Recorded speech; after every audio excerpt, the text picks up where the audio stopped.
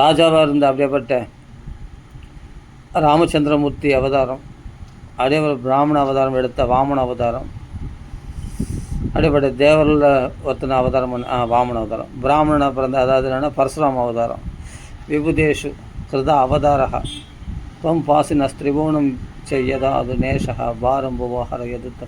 அப்போ 3 லோகத்தினுடைய துன்பங்களை போக்குறதுக்காக பண்ண அவதாரங்களை பற்றி நாங்கள் சுண்பன் கிருணன் சம்ஸ்மரயம் சிந்தையன்னு நாமானி ரூபாணி ச மங்களானி தே பிரியாசு யஸ்வ சரணார விந்தையோர் ஆவிஷ்ட சேதா நபவாய கல்பதே. இப்படிப்பட்ட மத்ஸ்ய அவதாரம், கூர்ம அவதாரம், வராக அவதாரம், நரசிம்ம அவதாரம், பரசுராம அவதாரம், ராம அவதாரம் போன்ற இந்த அவதார கதைகளை பேசி பேசி ஆனந்தப்படுறவங்களுக்கு இந்த சிரமமே இருக்காது. இந்த தவத்தினால் அஷ்டாங்க யோக பயிற்சி பண்ணி மேலே போய் மேலேருந்து கீழே விழுற இந்த வீழ்ச்சியே இருக்காது. நமே பக்த பிரணஷ்யதி. இவர்கள் ஆனந்தமாக, சாதனையும் ஆனந்தமாக இருக்குது, பலனும் பெரிய ஆனந்தமாக இருக்குது. பலன் யாருன்னா கிருஷ்ணன் தான் பலனா. அப்படியேப்பட்ட பல அவதாரங்கள் எடுத்து துஷ்டர்களை நிகிரகம் பண்ணி அப்படிப்பட்ட தேவர்களை ரட்சிப்பதற்காக அவதரித்திருக்கார். அதே தான் கிருஷ்ண அவதாரம். இப்போ எதுக்காகனா பூமி பாரத்தை குறைக்கிறதுக்காக அவதரிச்சிருக்கிறேன். அப்படியேப்பட்ட உன்னுடைய கதைகளை கேட்டுக்கொண்டு உன்னுடைய நாமங்களை கீர்த்தனம் செய்து கொண்டு நாமானி ரூபாணிச்ச மங்களானித்தே, அது மங்களத்தை உண்டு பண்ணக்கூடியது. அப்போது சுண்பன் கிருணன் சம்ஸ்மரயம் சிந்தையன் நாமானி ரூபாணிச்ச மங்களானித்தே கிரியாசு யத்வ சரணார விந்தையோர் ஆவிஷ்ட சேதா நபவாய கல்பதே. அவர்கள் எல்லா அலுவல்களும் குடும்ப காரியங்களில் அவர்கள் சந்நியாசம் மேற்கொள்ள வேணாம், தவம் பண்ண வேணாம், யோகம் பண்ண வேணாம், யாகங்கள் பண்ண வேணாம். அவர் கிரியாசு யத்வத்து, அவர்கள் எல்லா காரியங்களை செய்து கொண்டிருக்கும் பொழுதே கூட பகவானுடைய கதைகளை கேட்டுக்கொண்டு நாமங்களை கீர்த்தனை பண்ணி கொண்டு அதையே பகவானுடைய லீலைகளை ஸ்மரித்து கொண்டு இருக்கிறவங்களுக்கு மறுபிறப்பு கிடையாதான். நான் ஆவிஷ்ட சேதம் ந பவாய கல்பதே, மறுபிறப்பு அவங்களுக்கு கிடையாதான். நம்ம என்ன தான் தர்மங்களை கடைப்பிடிச்சு, பல தர்மங்கள் சாஸ்திரங்களை சொல்லியிருக்கு, அவ்வளோ தர்மங்களை ஒரு மனுஷன் கடைப்பிடிக்க முடியுமானா கடைப்பிடிக்க முடியாது. பூரினி பூரி கர்மானி, அவ்வளோ ஒரு மனுஷன் கடைப்பிடிக்க முடியாது. கட்டுப்பாடு விதிகள்லாம் கடைப்பிடிக்கணும், நிறைய இருக்குது கடைப்பிடிக்கிறது மனுஷன் தர்மங்களை. எவ்வளோ தர்மங்கள் ராமாவதாரத்திலே பகவான் சொல்லிட்டு போயிட்டார். எல்லாம் முடியாது, அவ்வளோதான். எல்லாமே நிறைய தர்மங்கள் மனுஷனுக்கு விதிக்கப்பட்டிருக்கிறது. அவ்வளோ தர்மங்களை ஒரு மனுஷன் கடைப்பிடிக்க முடியுமா? அப்படிப்பட்ட நம்ம எதுக்கு லாய்க்கு? அதான் அண்ணா சொல்லுவார், நம்ம எதுக்கு லாய்க்கு? அழகாக உட்காந்து காது குத்துட்டு உட்காரலாமே கிருஷ்ண கதையை கேட்கறதுக்கு. நாமங்களை கீர்த்தனம் பண்ண ராமா ராமா ராமா நாமானி ரூபாணி ச மங்களானித்தே, அது போதுமே. பகவான் ரூபங்களை தியானம் பண்ணிட்டு நாமங்களை கீர்த்தனம் பண்ணிட்டு அப்படி சம்ஸ்மரயம்னா ஸ்மரிக்கிறது பகவானுடைய ரூபங்களை. கீர்த்தனை சுண்மன் கிருணன் பகவான் நாம சங்கீர்த்தனங்களை, சுண்மன் கதைகளை கேட்கறதுல இதில் ஈடுபட்டு இருந்தாவே போதும். நம்பாடு எல்லார கடமைகளை செய்து கொண்டு செவ்வனே பகவான் நாமத்தை பாடிக்கொண்டு ஆனந்தமாக இருந்தோம்னா ஒரு நாள் பகவானுடைய திருவடி கமலங்கள் நம்மளுக்கு காட்சி அளிக்கும். அதை பார்த்துட்டு அப்புறமா சம்மனு இல்லறத்தில் இருந்து கொண்டே பகவான் அடையலாம் அப்படின்னு சொல்கிறாரு இந்த ஸ்லோகத்தில். அதனால் மற்ற தர்மங்கள்லாம் இந்த கலியுகத்தில் கடைபிடிக்க முடியாது. ஒரே ஒரு தர்மந்தான், ஸ்ரவண கீர்த்தனங்களாகி பகவானுடைய கதைகளை கேட்கறது தான், நாமங்களை கீர்த்தனை பண்ணுறது தான். இதுதான் முடியும். அப்போது அதெல்லாம் என்னென்னா பகவான் இவ்வளோ அவதாரங்கள் இருக்கே, மத்ஸ்ய அஸ்வ கச்சபன் ருசிம்ம வராக ஹம்ச ராஜன்ய விப்ர விபுதேஷு கிருத அவதாரக, இவ்வளோ அவதாரங்கள் இருக்குது. இந்த அவதார கதைகளை பற்றி பேசிட்டு இருந்தாலே காலம் போகிறது தெரியாது, ஆனந்தமாக இருக்கலாமே. இப்படி இவர்கள் சாதனையும் ஆனந்தமாக இருக்குது, பலனும் பெரிய ஆனந்தமாக இருக்குது. பகவான் திருவடியை அப்போ அவர்களுக்கு தெரியுமா நம்ம எங்கே போக போகிறோன்னு தெரியுமா, கிருஷ்ணச்சரணத்தை அடைய போகிறோம் அப்படின்னு சந்தோஷமாக இருப்பாங்களாம் அவங்களாம்.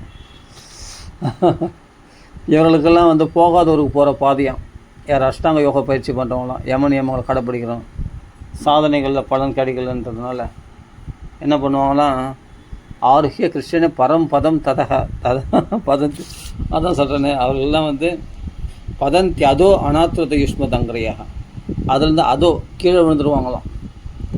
அப்போ ஏறணும் காமக்குரோதங்களால் கீழே விழுந்துருவாங்க, மறுபடியும் ஏறுவாங்க, மறுபடியும் இறங்குவாங்க.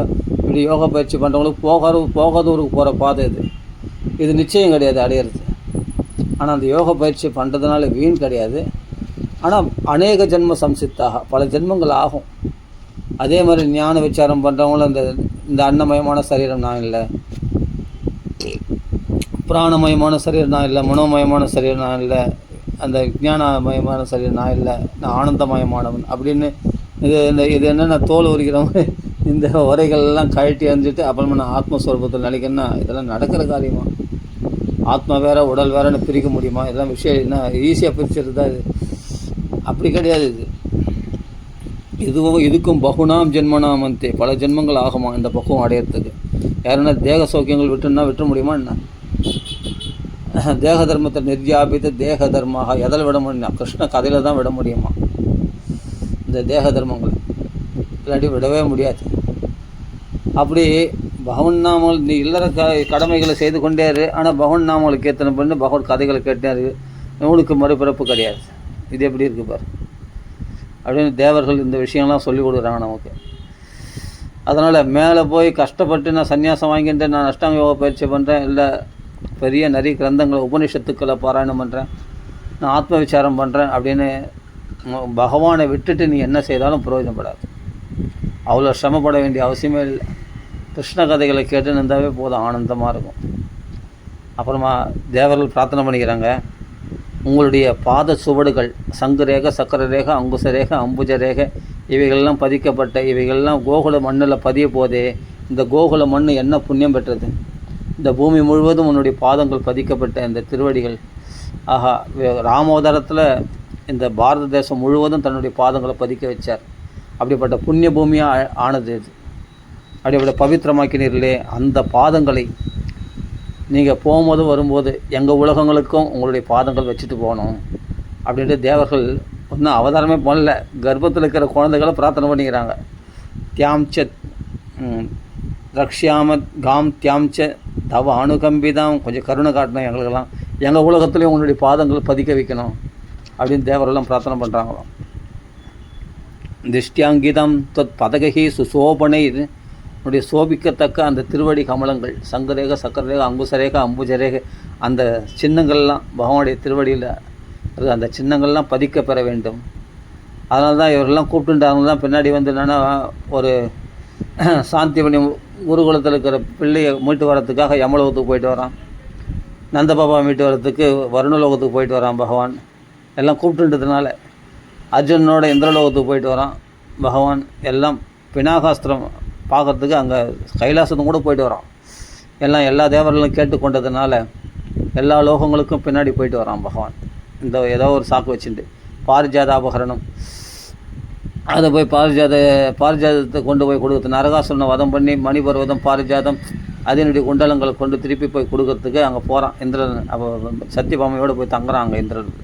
ஏன்னா தேவரெல்லாம் கேட்டுக்கொண்டதுனால, கர்ப்பஸ்துதியில் கேட்டுக்கொண்டதுனால சிலர் அதனால் இங்கே கேட்டுக்கிறாங்க என்னென்னா, அந்த எங்கள் உலகங்களுக்கும் உன்னுடைய பாதங்கள் பதிக்க வைக்கணும் அவதார காலத்தில் கேட்டுக்கொண்டதுனால பின்னாடி அதெல்லாம் செய்கிறான் பகவான் அந்த லீலைகளில்.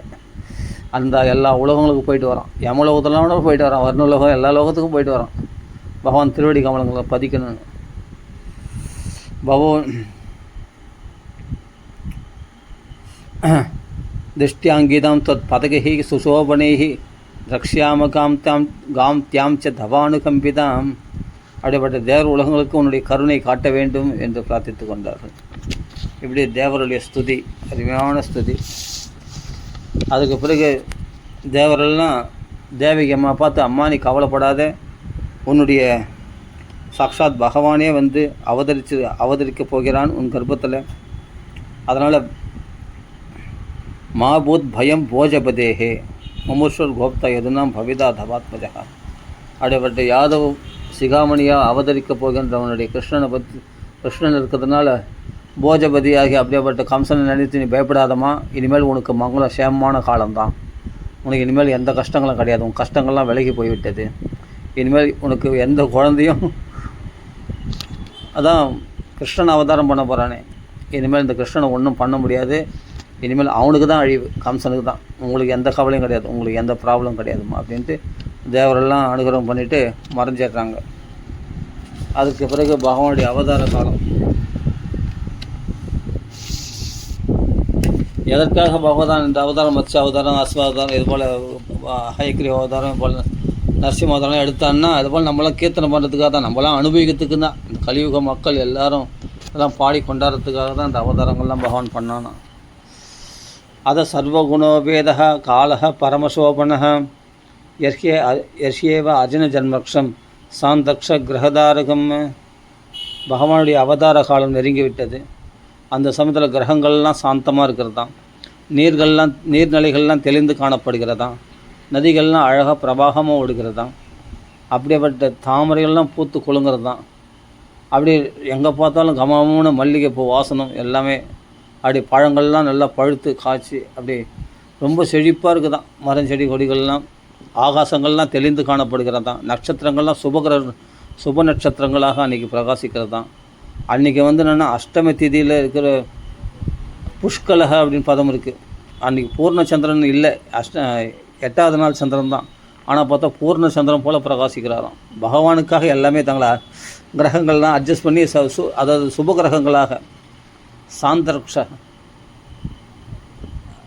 தங்களை சுப சகுனங்களாக மாற்றிக்கொண்டது. எல்லாமே கிரகங்கள்லாம் அப்படி மாறிச்சான். ஆவணி மாதம் ரோஹிணி நட்சத்திரம் அஷ்டமி திதியில் கிருஷ்ணபக்ஷத்தில் நடுநிசையில் பகவான் அவதரிக்கின்றான். தேவக்கியாம் தேவரூபிண்யாம் விஷ்ணு சர்வகுகாசய ஆவிராசத் யதா பிராச்சாம் திசுந்திரிவ புஷ்கலஹ. தேவக்கியாம் தேவரூபிண்யாம் தேவகியை வந்து சர்வதேவதா ஸ்வரூபியாகும். எல்லா தேவதையுடைய வடிவம் தான் தேவகியாம். அப்படிப்பட்ட தேவக்கியாம் தேவரூபிண்யாம் விஷ்ணு சர்வகுகாசய. பகவான் வந்து கர்ப்பவாசம் கிடையாது, கர்ப்பவாசம் இல்லைன்றது இங்கே தெளிவாக சொல்கிறார். விஷ்ணு சாக்ஷாத் எல்லாத்துலேயும் வியாபிச்சிருக்கிற விஷ்ணு தான் ஒரு குகாசயா, எல்லார் ஹிருதயத்துலேயும் வாசம் பண்ணக்கூடிய ஹிருதயத்தில் பகவான் இருக்கிறான். அப்போ எறும்பு முதல் கொண்டு எல்லா ஹிருதயத்திலும் தான் பகவான் இருக்கிறான். அவளுடைய காமகுரோதங்களால் பகவான் பாதிக்கப்படுறானா? நம்ம ஜீவாத்மா பாதிக்கப்படுறது கஷ்டப்படுது, ஆனால் பரமாத்மாவாக எல்லார் ஹிருதயத்தில் இருக்கிறானே, அவனுக்கு எதாவது பாதிக்கப்படுறானா? அப்படி சர்வ குகாசய எல்லார் ஹிருதயத்திலும் வாசம் பண்ணக்கூடிய அந்த பரம்பொருள் தான் இப்போ கிருஷ்ணனாக அவதரிக்கப் போகின்றான். அப்படியே கர்ப்பவாசம் வந்தாலும் ப்ராப்ளம் இல்லை. கர்ப்பவாசங்கள்லாம் ஒரு விடம்பணம் தான் பகவானுக்கு. அதனால் தேவி கர்ப்பவாசமே இருந்தாலும் அந்த கர்ப்பவாசத்தில் இருந்தாலும் இப்போது ஹிருதயத்தில் இருக்கிற பகவான் எப்படி காமக்ரோதங்களால் ஜீவனுடைய காமக்ரோதங்களால் பாதிக்கப்படலையோ, அவளுக்குள்ளே இருக்கிற பிறப்பிறப்பு நோய்களால் பாதிக்கப்படாமல் இருக்கிறதோ அந்த ஆத்மா பகவான், அது மாதிரி எல்லா இடத்துலையும் அப்படி கர்ப்பவாசத்தில் இருந்தாலும் அந்த கர்ப்பவாச துக்கங்களால் பாதிக்கப்பட மாட்டான் பகவான் அப்படின்னு புரிஞ்சுக்கணும். ஏன்னா சச்சிதானந்த ஸ்வரூபம் இல்லையா? சச்சிதானந்த ரூபாய விஸ்வத்பத்தி ஆதி ஹேதவே தாபத்ரய விநாசாய ஸ்ரீகிருஷ்ணாய வயம் நமகன்னு சொல்கிறோம் இல்லையா ஆரம்பத்தில். அது சச்சிதானந்த ஸ்வரூபம். அதனால் சொல்கிறார் விஷ்ணு சர்வகுஹாசய ஆவிராசத் யதா பிராச்சியாம் திசுந்திரிவ புஷ்கலஹ. கிழக்கு திக்கில் சந்திரன் உதயமானது போல பகவான் அவதரித்தானாம். அப்படியே தோன்றினான். தோற்றம்தான் பகவானுக்கு. அப்படி தோன்றினானாம். எப்படி தோன்றினா சங்கு சக்கர கதாதாரியாக பகவான் தோன்றினானாம். அதான் சொல்ல கிழக்கு திக்கில் சந்திரன் உதயமானது போல. அப்போல் தேவகி வயிற்றிலிருந்து பகவான் தோன்றினான். புஷ்கலக நல்லா பூர்ண சந்திரன் போல. சந்திரன் வந்து என்னென்னா பகலெல்லாம் கஷ்டப்பட்டவங்களுக்கு வெயிலில், அப்புறம் நல்லா இரவு வந்த பிறகு நல்லா ரிலாக்ஸாக அப்படி வந்து வெளியே கட்டிலில் போட்டுட்டு அப்படியே படுத்துன்னு அந்த பூர்ணச்சந்திரனை பார்க்கும்போது ஒரு குளிர்ச்சி, ஒரு மன மகிழ்ச்சி, ஒரு புஷ்டியாக இருக்கும். அந்த பூர்ணச்சந்திரனை பார்க்கும்போது மனசு நிறைவாக இருக்கும். அப்படிப்பட்ட ஒரு தாபங்கள்லாம் தணிக்கக்கூடிய, இந்த வெயிலினுடைய தாபங்கள்லாம் தணிக்கக்கூடிய ஒரு சந்திரன் போல பகவான் பிரகாசித்தான், அவதரித்தான். இனிமேல் சம்சார தாபங்களால் பாதிக்கப்பட்ட மக்களுக்கு அந்த தாபங்களை போக்கக்கூடிய பூர்ண சந்திரனாக பகவான் அவதரித்தானாம். ஆனால் சந்திரன் உதயமானால் எல்லாருக்கும் தாபம் தணிஞ்சிடும்னு சொல்லுவாங்க. ஆனால் சில பேருக்கு தாபங்கள் வந்து அதிகமாகிடுமா. விரகிகளுக்கு, விரகத்தில் தவிக்கிறவங்களுக்கு, கோபிகள் போன்றவங்களுக்கெல்லாம் இந்த சந்திரன் வந்துட்டானா, கிருஷ்ணன் வந்துட்டு ஆசிரியர்களே புரிய மாட்டானா, அவனை பார்ப்போமா அப்படின்னு ஏங்கி கிடக்கிறவர்களுக்கு இந்த சந்திரன் வந்துன்னா, இரவுகளில் பகவான் வந்து குருஷேத்திரத்துலாம் போன போது அந்த துவாரகா ஸ்திரீகளெல்லாம் ருக்மணி சத்யபாமா போன்றவங்களாம் ஏங்கி புலம்பின்னு இருப்பாங்களாம். பக்ஷிலாம் கத்துமா. பக்ஷிலாம் கத்தும்போது நீலாம் உன்னுடைய கணவனை பிரிஞ்சு தவிக்கிறியா அப்படின்னு சொல்லிட்டு அந்த பட்சிகளை பார்த்து கேட்பாங்களாம். அந்த குரரி பட்சிகளை, அந்த அந்த அம்ச பட்சிகள்லாம் பார்த்து, ஏன் கத்துற நீ? உன் கணவனை பிரிஞ்சு நீ தவிக்கிறியா? நான் என் கணவனை பிரிஞ்சு தவிக்கிற மாதிரி நீ தவிக்கிறியா? அப்படின்லாம் ஏங்குவாங்களாம். அதனால் சந்திரன் உதயமான சம்சாரிகளுக்கு தாபம் விலகிடும். ஆனால் விரகிகளுக்கு, பகவத் பிரேமையில் தவிக்கின்றது கோபிகளுக்கும் அந்த துவாரகா ஸ்திரீகளுக்கெல்லாம் தாபம் அதிகமாகிடுமா. பகவானை பிரிஞ்சிருக்க முடியலையே இந்த சமயத்தில், பகவான் இங்கே குருஷேத்திரத்துக்கு போயிருக்கானே, எப்போ வருவான் அப்படி ஏங்கி நிற்பாங்களாம். அப்படிப்பட்ட விரகிகளுக்கு தாபத்தை அதிகரிக்க செய்யுமா. அப்படியேப்பட்ட திசுந்திரிவ புஷ்கலக ஆவிராசித் யதா பிராட்சியாம் திசுந்திரிவ புஷ்கலக, பிறக்கும் போதே அற்புதம் தான். தமத்புதம் பாலகம் அம்புஜேக்ஷணம் சதுர்புஜம் சங்க கதாத்யுதாயுதம் ஸ்ரீவத்ஸலக்ஷ்மம் கலசோபி கௌஸ்துபம் பீதாம்பரம் சாந்திரபயோதசோபகம் மகார்க வைதுர்ய கிரீடகுண்டல துஷாபரிஷ்வக்த சஹஸ்ரகுந்தலம் உத்தாம காஞ்சங்கத கங்கனாதிபிஹி விரோச்சமானம் வசுதைவ ஐக்ஷத ச விஸ்மயோத்புல்ல விலோச்சனோ ஹரிம் சுதம் விலோக்கியானக துந்திபிஸ்ததா கிருஷ்ணாவதார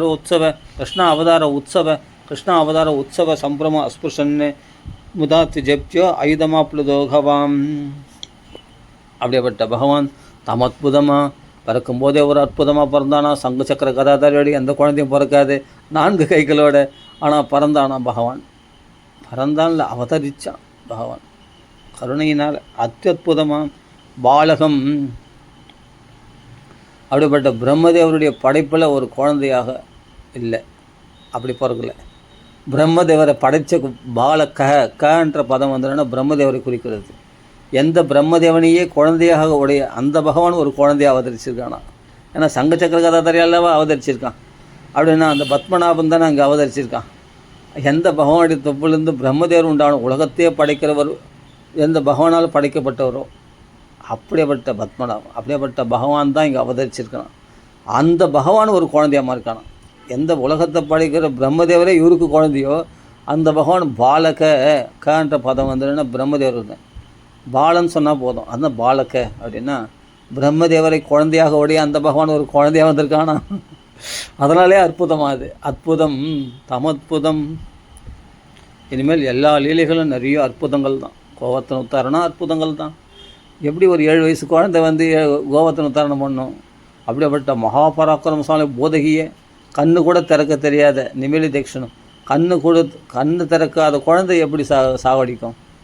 அதெல்லாம் அற்புதம் தானே.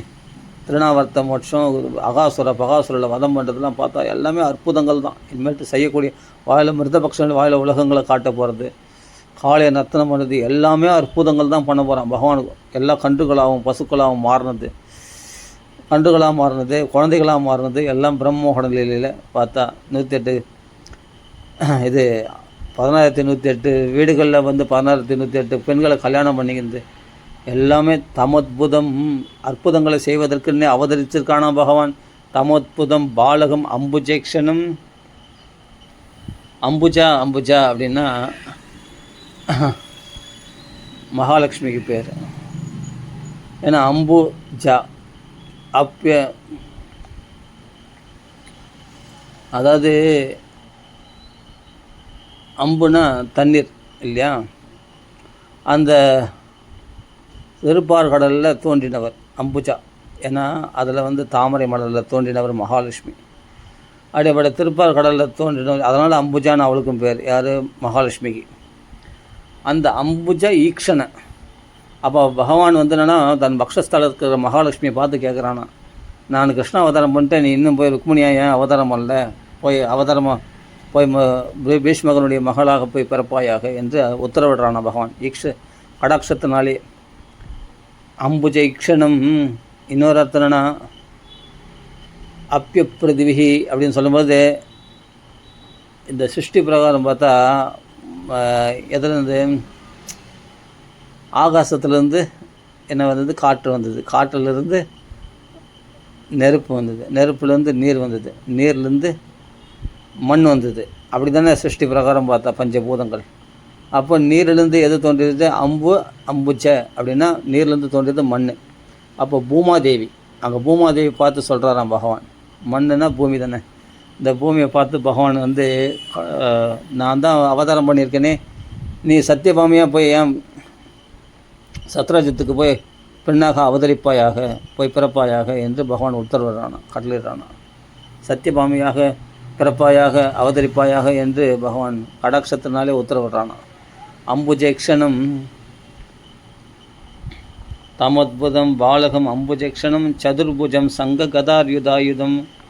சதுர்புஜ சேவையோட சங்கு சக்கரம் கதை பத்மம் தோல் வளையங்கள் ரத்ன கங்கணங்கள் குறுகிய இட்பு ரத்ன காஞ்சி சொர்ண ஒட்டியானம் மேகலை விரல்களில் மோதிரங்கள் தோள்களில் வளையங்கள் மார்பு பதக்கங்கள் கழுத்தில் கௌஸ்தப ரத்னம் டால் அடிக்கிறது சுழ்சுழான கேசங்கள் கிரீட குண்டலங்கள் இப்படிப்பட்ட பகவான் எள்ளுப்பு போன்ற நாசி எள்ளுப்பு போன்ற அவனுடைய நாசி கோவை பழம் போல உதடும்.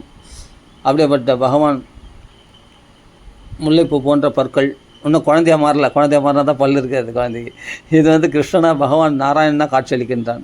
அப்படியே பண்ணுற எள்ளுப்பூ போன்ற நாசி கோவை பழம் போல உதடும் முல்லைப்பூ போன்ற அவனுடைய பற்கள் அழகான புருவங்கள் மன்மதனுடைய வெள்ளோ என்று போன்ற புருவங்கள் தாமரிதழ் போன்ற அவனுடைய திருவிழிகள் கதுகதுப்பான கன்னங்கள் சுழல் கேசங்கள் அப்படியே நெத்தி சுட்டி அப்படியே நெத்தியில் தொங்குறது தான் அழகாக நவரத்னங்கள் பதிக்கப்பட்ட கிரீடமாக மகர குண்டலங்களாம் அப்படிப்பட்ட திரண்ட தோள்களாம் சதுர்புஜ சேவையாக சங்கம் சக்கரம் கதை பத்மமாக இடுப்பில் ஒட்டியானமாக கோடி அண்டங்களுடைய சாவிலாம் இடுப்பில் தொங்குறது தான் அப்படிப்பட்ட மஞ்சள் பட்டாடியாம் அப்படியே காலில் வந்து சலன்னு சப்திக்கக்கூடிய திவ்ய நூபுரங்களாம் அந்த திருவடிகளில் சங்க ரேகை சக்கர ரேகை அங்குச ரேகை அம்புஜ ரேகை போன்றவெல்லாம் அப்படி டால் அடிக்கிறது தான். அப்படிப்பட்ட பகவானுடைய நகை காந்தியானது எல்லாருடைய அஜ்ஞானம் என்ற இருட்டை போக்கக்கூடிய அந்த காந்தியானது டால் அடிக்கிறது தான். இப்படிப்பட்ட சதுர்புஜ சேவையோடு பகவான் காட்சியளிக்கின்றான். இப்படி தோல் வளையங்களால் மால் பதக்கங்கள் இப்படியே அப்படியே விஷ்ணுவாக வைகுண்ட கோலத்தில் பகவான் காட்சியளிக்கின்றானான். அதான் சொல்கிறார் சதுர்புஜம் சங்க கதார் யுதாயுதம் சங்கு சக்கரம் கதை இவைகள்லாம் தாங்கி வந்திருக்கானேன்னு.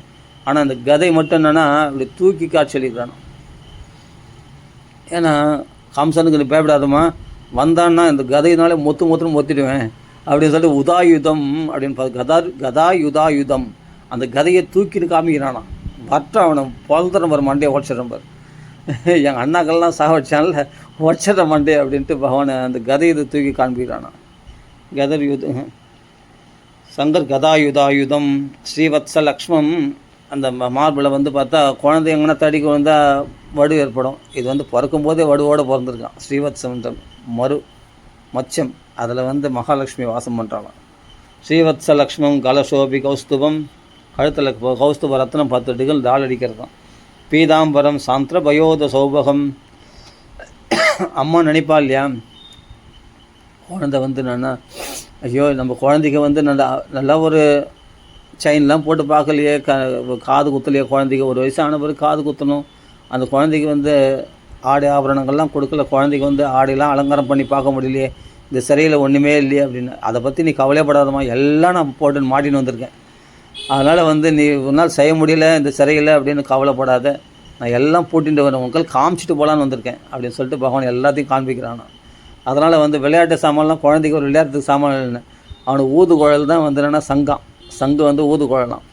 அவனுக்கு கிளுகிழப்பு இருக்கு இல்லையா, அந்த கிளுகிழப்பு தான் வந்து கதாயுதமா கதாயுதம். அவனுக்கு வந்து காத்தாடி ஓணும் இல்லையா, அதுதான் சக்கராயுதமா. சல்லுன்னு சுற்றினே போகல. ஒரு குழந்தை வந்து என்னென்னா இப்போ பார்த்தா அந்த பேப்பர்லேயே செய்வாங்க சக்கரம் மாதிரி. அதனால குழந்தை ஓடினே போனால் அது சுற்றினே இருக்கும், அந்த ஓடுற எதிர்காலத்தில் சுத்தம். அது மாதிரி இந்த காத்தாடியா கையில் வந்து என்னென்னா கிளுகிழப்பு வச்சுருக்கானா, ஊதுகுழல் வச்சுருக்கானா, எல்லா விளையாட்டு சாமான்களோட வந்திருக்கானா. உனக்கு எந்த சிரமம் இல்லைம்மா, அவ்வளோதாம்மா, உன்னை நான் காப்பாற்றுறேம்மா. இப்படி ஒரு குழந்தை பிறகும்போது அப்பா அம்மாவுக்கு எந்த செலவு வைக்காமல் இப்படி ஒரு குழந்தை பிறகுதுன்னா யார் வேணான்னு சொல்லுவாங்க. இது மாதிரி குழந்தை பிறந்தா நல்லா ஆடை ஆபரணங்கள்லாம் போட்டு உனக்கு கூட ஒன்றா சொல்லு 2 நகை கட்டி கொடுத்துறேன். அந்தளவுக்கு எனக்கு நகை நிறைய இருக்குது, நிறைய போட்டின்னு வந்திருக்கேன், நிறைய ஹாரங்கள் பதக்கங்கள் எல்லாமே போட்டுன்னு வந்திருக்கேன் அப்படின்னு சொல்லி பகவான் காண்பிச்சுட்டு போய் வந்திருக்கானா. இந்த குழந்தைக்கு தாளாட்டுறதுக்கு ஒன்றும் இல்லை, அதெல்லாம் ஒன்றும் இல்லை, எனக்கு எல்லாம் இருக்குது, இதுதான், நீ எதுவும் கவலைப்படாத அப்படின்னு பகவான் காண்பிக்கிறானா. பீதாம்பரம் வஸ்திரம் கூட போட்டதுக்கு இங்கே போகிறதுக்கு இடம் இல்லையே, வஸ்திரம் கூட போட்ட எனக்கு வசதி இல்லையே அப்படின்னு அதை பற்றி கவலைப்பட. பட்டு பீதாம்பரத்தோடு வந்திருக்கேன், நல்ல ஒட்டியானத்தோடு வந்திருக்கேன், நல்ல ஆடையாவரனோடு போட்டின்னு வந்திருக்கேன் அப்படின்னு சொல்லி பகவான் காண்பிக்கிறானா அம்மாவுக்கு, தேவகி அம்மாவுக்கு. தேவகி சிங்கமே அப்படின்னு பீதாம்பரம் சாந்திர பயோத சோபகம் மகார்க வைடூரிய கிரீட குண்டலம். வைடூரிய கிரீடமா? வா, கிரீட குண்டலங்களா? அப்படியேப்பட்ட மகர குண்டலங்கள் காதலை தாளடிக்கிறது. த்விஷா பரிஷ்வக்த சகர்ஷ குந்தலம். இதெல்லாம் பார்க்குறதுக்கு அங்கே லைட்டு கேட்டு இல்லையா, இருட்டாரியாக இருக்கமே. கம்சங்களை போய் லைட் போடுன்னு கேட்டால் வெட்டிடுவான் அவனா. அதான் சொல்கிறேன், விரோச்சமான வசுதேவ ஐக்ஷத. பகவானுடைய பிரகாசத்தினாலே பகவானை பார்த்தாராம். தாம்னா ஸ்வேன, தானாக காண்பிச்சு கொடுத்தால் வழியே பகவான் நம்மளாக பார்த்துட முடியாது இல்லையா. அவனாக யாருக்கு தன்னை ஸ்புரிக்கும்படி செய்கிறானோ அவனால் தான் பார்க்க முடியும். அப்போ தன் ஸ்வரோசிஷ சுவாயம்பூவாகி அப்படியே ஸ்வயம் பிரகாசமாகிய பகவான் தன்னுடைய பிரகாசத்தினாலே தன்னை காண்பிச்சானா அந்த வசுதேவ தேவிக்கு. அதான் இங்கே சொல்கிற த்விஷா பரிஷ்வக் விரோச்சமானம் வசுதேவ ஐக்ஷத உத்தாம காஞ்சி அங்கத கங்கனாதிபிகி. கைகளில் வளையங்கள் போட்டிருக்கான், விரல்களில் மோதிரம் போட்டிருக்கலாம், தோல் வளையங்கள் எல்லாம் தால் அடிக்கிறது. அப்படிப்பட்ட விரோச்சமானம் வசுதேவ ஐக்ஷதா. பகவான் பிரகாசத்தினாலே பகவானை பார்த்தாராம் வசுதேவர். சவிஸ்மயோத் புல்ல விலோச்சனோ ஹரிம் சுதம் விலோக்கியா. அப்படியே எப்படி இருக்கும், எவ்வளோ சந்தோஷம் இந்த பகவானுடைய அவதார காலத்தில். வசுதேவருக்கும் தேவிக்கும் கொள்ளக்கூடிய ஆனந்தம். அந்த ஆனந்தத்தை சொல்ல முடியாது, அவ்வளோ ஆனந்தத்தில் இருக்காங்களாம். உடனே மானசீகமாக 10,000 பசுக்களை தானம் பண்ணாராம். கிருஷ்ணா அவதார உற்சவ. இந்த அவதார காலத்தில் என்ன பண்ணுறதுன்னு ஒன்று இல்லை. கைகள்லாம் விலங்கிடப்பட்டு இருக்கிறது, தேவைகள்லாம் விலங்கிடப்பட்டு என்ன பண்ண முடியும். அந்த கிருஷ்ண குழந்தை பகவான் சங்கசங்கரதான் அவதரிச்சு. உடனே மானசீகமாக என்ன பண்ணுற, அந்த தானம் பண்ணுற புத்தி வந்துட்டு பாருங்கள் சத்திரியர்கள். அதுதாங்க பகவான் அவதார காலத்தில் ஏதாவது பண்ணணும், எல்லோரும் கொடுக்கணும். அந்த சந்தோஷத்தில் அந்த ராஜ்ய தோரணை ஏதாவது கழட்டி கொடுக்கணும். உடனே எப்படி தசரத ஹாரத்தை கழட்டி கொடுத்தாரு, அது மாதிரி யாருன்னா கேட்குறவங்களுக்கு உடனே என்ன கொடுக்கணுமே அப்படின்னு உடனே பிராமணர்களுக்கு பசுக்களை தானம் பண்ணாராம் மானசீகமாக. கிருஷ்ணா அவதார உற்சவ சம்பிரமம் அஸ்பிருஷன்னு அந்த சம்பிரமத்தில் அந்த அவசரத்தில் முதா திஜப்யோ ஐதமாப்ளதோ கவாம். முதா அவ்வளோ சந்தோஷத்தில் அப்படியே 10,000 பசுக்களை பிராமணர்கள் தானம் பண்ணாராம். ஏன்பா மானசீகமாக தானம் 10,000 பசுக்களை 10 கோடி பசுக்களுக்கு தான் தானம் பண்ணலாம். நோ ஃபஸ்ட்டு ஆப்பர்ச்சுனிட்டி 45, அதாவது சாப்டர் 45 45 அத்தியாயத்தில் போய் பாருங்கள். இங்கே இந்த வசுதேவர் விடுவிக்கப்பட்ட உடனே முதல் வேலையாக அதை தான் செய்தார். அதாவது தன்னுடைய ராஜ்யத்தில் இருக்கிற பசுக்களை விடுவிக்கப்பட்ட உடனே தன்னுடைய ராஜ்யத்தில் இருக்கிற தன்னுடைய சொந்த சொத்தாகிய அந்த பசுக்களை 10,000 பசுக்களை உடனே பிராமணர் தானம் பண்ணார். மானசீகமாக பண்ணுறது முக்கியம் இல்லை, பின்னாடி அது வெளிப்புறமாகவும் பண்ண போகிறார். அதனால் மானசீகமாக 10,000 பசுக்கள் தானம், 10,000 பசுக்கள் நான் 10 லட்சம் பசுக்களை தானம் பண்ணலான்னு நம்ம நினைக்கிறோம். அப்படி கிடையாது. முதல் அந்த வாக்கியத்தை இது நம்ம அந்த மானசீகமாக பண்ணதை உண்மையிலே செய்யப்படுற 45,000 படித்து பாருங்கள், உங்களுக்கு தெரியும். வசுதேவர் அந்த 10,000 பசுக்களும் பிராமணர்கள் தானம் பண்ணுறார். கிருஷ்ணா அவதார உற்சவ சம்பிரம ஸ்புஷன்னு முதாத் விஜத்ய ஐதமாப்ளுதோகவாம். அப்படி உடனே அவர்கள் என்ன வைகுண்ட கோலத்தில் காட்சி கொடுத்து அந்த குழந்தைய எடுத்து கொஞ்சம் முடியும். அந்த கிருஷ்ணனை அப்படியே நமஸ்காரம் பண்ணுறாங்களாம். கிருதாஞ்சலிஹி ஸ்வரோச்சிஷா பாரத சூதிகா கிருகம் விரோச்சயந்தம் கதபிஹி பிரபாவித்து. அவருடைய பயத்தை போக்கக்கூடிய அந்த ஒளி பிரகாசம் அங்கே உண்டாச்சான். கதபீஹி பயங்கள்லாம் அவங்களுக்கு விட்டு போச்சான். கம்சமலை உள்ள பயம் அடியோடு போயிடுச்சு. அப்படி போனதுனால அப்போ உடனே விதிதோசி பகவான் சாக்ஷாத் வசுதேவர் ஸ்தோத்திரம் பண்ணிட்டார் பகவானை. விதிதோசி பகவான் சாக்ஷாத் புருஷ பிரக்கதேபரக கேவல அனுபவ ஆனந்த ஸ்வரூபா சர்வ புத்தித்திற்கு. நம்ம தேவருடைய ஸ்தோத்திரத்தில் பார்த்தோம். சத்தியம் ஞானம் அனந்தம் பிரம் சத்தியவிரதம் சத்தியபரம் ஸ்ரீ சத்தியம் சத்தியசிவம்னு சத்தியஸ்வரூபியாக பிரார்த்தனை பண்ணாங்க. இங்கே என்ன சொல்ல, கேவல அனுபவ ஆனந்த ஸ்வரூபா, அதாவது துன்ப கலப்படமில்லாத வைகுண்டம். குண்டம்னா துன்பம், வைகுண்டம்னா துன்பம் இல்லாத அப்படிப்பட்ட வைகுண்ட கோலத்தில் காட்சியளிக்கின்ற துன்ப கலப்படமில்லாத ஆனந்த ஸ்வரூபியம், அனுபவ ஆனந்த ஸ்வரூபியம், கேவல அனுபவ ஆனந்த ஸ்வரூப அப்படின்னு ஸ்தோத்திரம் பண்ணுறாரு இங்கே வசுதேவர்.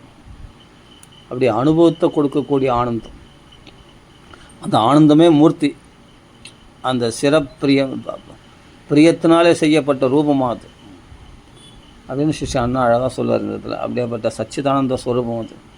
சர்வ புத்தித்திற்கு சர்வ புத்திகளுக்கும் சாட்சியாக இருக்கக்கூடிய பகவான். விதிதோசி பகவான் சாக்ஷாத் புருஷ பிரக்குதேபரக.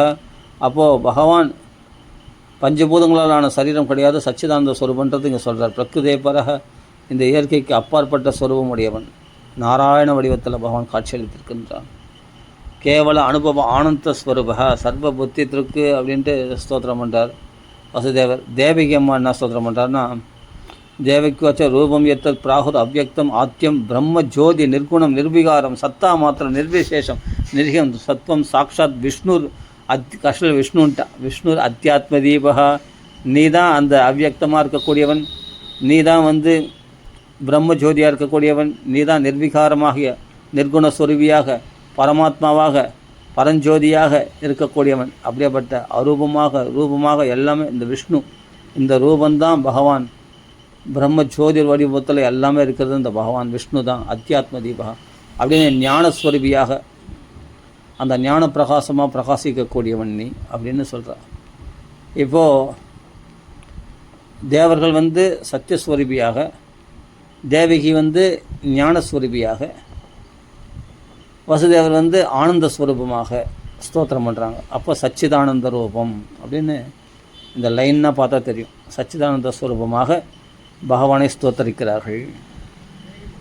சத்வஸ்துவாக தேவர்கள் அழகாக ஸ்தோத்திரம் பண்ணாங்க. ஞான வஸ்துவாக பகவானை தேவிக்கு அழகாக ஸ்தோத்திரம் பண்ணுறார். அதே மாதிரி வசுதேவர் ஆனந்த ஸ்வரூபமாக அவர் அழகாக ஸ்தோத்திரம் பண்ணுறார். ரொம்ப அருமையான சச்சிதானந்த ஸ்வரூபம் இந்த கிருஷ்ணன். 8 விதமான சத்தியத்தில் ஸ்தோத்திரம் பண்ணுறாங்க தேவர்கள். ஏன்னா 8வது அவதாரம் பண்ண போகிறதுனால 8 விதமான சத்தியத்தில் தேவர்கள் ஸ்தோத்திரம் பண்ணுறாங்க. சரி, ஓகே.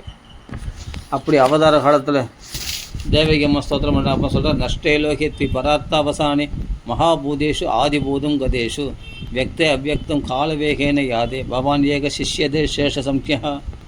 அப்போ 2 பரார்த்த காலம் முடிஞ்ச உடனே பிரம்மதேவருடைய ஆயுள் காலம்லாம் முடிஞ்சு பிரம்மதேவரெல்லாம் கூட ஒடுங்கி போய் அந்த பிரம்மதேவர் படைத்துக்கு காரணமாக கூட பஞ்சபூதங்களும் எந்த பகவானோட பிரளயத்தில் ஒடுங்கி போதும். அப்படி எல்லா பிரளயம் அது அவ்யக்தம் கூட ஒதுங்கி போதும். கண்ணுக்கு தெரியாத இருக்கக்கூடிய மனம் புத்தி அகங்காரம் மகத்து எல்லாமே ஒடுங்கி போன நிலையில் அப்போ மகா பிரளயத்தில் அப்போ பிரளய காலத்தில் எல்லாம் ஒடுங்கி போன போது ஒரே ஒருத்தர் மட்டும் எஞ்சி இருக்கிறானா. யாருன்னா ஆளிலையில் பாலகோபாலனாக கால் கட்டவர்களை சப்பிக்கொண்டு இருக்கிற சேஷனாக எஞ்சி இருக்கிறானா பகவான். ஆளிலை பாலகனாக பகவான் ஏக சிஷ்யதே சேஷ சம்ஞக. அப்படிப்பட்ட பகவான் நீ என்று அந்த குழந்தையாக, அந்த குழந்தை தான் இப்போ என் கர்ப்பத்தில் குழந்தையாக பிறந்திருக்கியா நீ அப்படின்ட்டு பிரார்த்தனை பண்ணுறான் தேவகி அம்மா. சேஷ சம்ஞக பவான் ஏக சிஷ்ய தேச. உலகமெல்லாம் அழிஞ்ச போது எல்லாம் கும்முருட்டான போது ஒரே ஒரு ஜோதி பிரகாசிக்கிறது தான் அந்த ஆளிலையில் பள்ளி கொண்டிருக்கிற பாலகோபாலன்.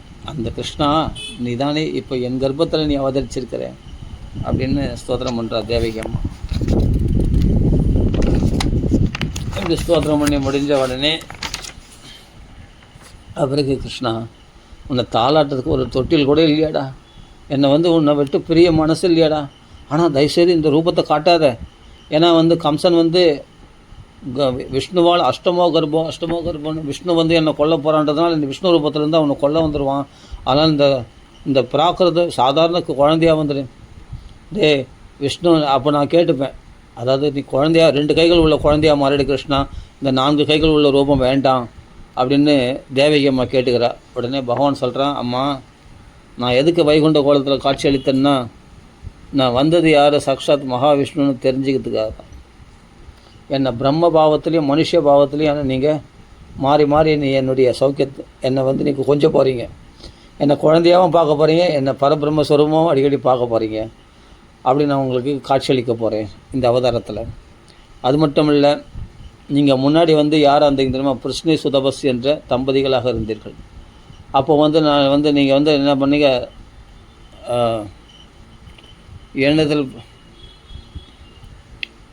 என்னிடத்தில் பிரார்த்தனை பண்ணீங்க, தவம் பண்ணீங்க. தவம் பண்ணும்போது நான் பிரத்யட்சமாகும் போது என்னிடத்தில் என்ன கேட்டிங்கன்னா, நீங்கள் 3 தடவை நீங்களே எனக்கு மகனாக வர வேண்டும், நீங்களே எனக்கு மகனாக வர வேண்டும்னு 3 தடவை கேட்டுக்கொண்டதுனால நான் உங்களுக்கு 3 அவதாரம் பண்ணுறதாக நான் வாக்களித்தேன். அந்த பிருஷ்ணி சுதபசாத் தம்பதிகளாக நீங்கள் இருக்கும்போது நான் பிருஷ்ணி கற்பனாக அவதரித்தேன். அதே அடுத்த அவதாரத்தில் நீங்கள் கஷ்யபர் அதிதியாக பிறந்தபோது நான் வாமனனாக அவதரித்தேன். வாமனத்வாச்ச வாமனக. நான் குள்ளமாக இருந்தாலும் என்ன எல்லோரும் வாமனன்னு சொன்னாங்கம்மா. அப்போ நீங்கள் கஷ்யபர் அதிதியாக இருந்தீங்க, அதனால் உங்களுக்கு நான் வாமனதான் அவதரித்தேன். இப்போ 3வது பிறவி, இதுவே உங்களுக்கு கடைசி பிறவி.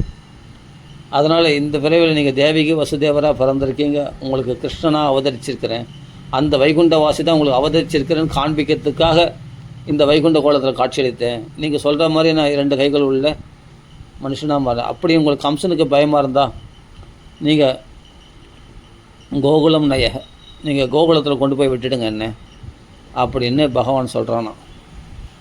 உடனே பகவான் ரொம்ப சந்தோஷப்பட்டு, ஆனால் குழந்தைய கொடுக்க மனசு வரல தேவிக்கு.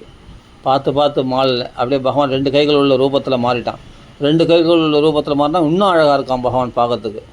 இப்போவே என்ன திருத்துன்னு முழிக்கிறானா, எங்கே வெண்ணெய் இருக்குது திருட்டு மொழி முழிக்கிறான். இப்போ இப்போ கிருஷ்ணனா நாடகம் ஆரம்பிச்சிட்டான்.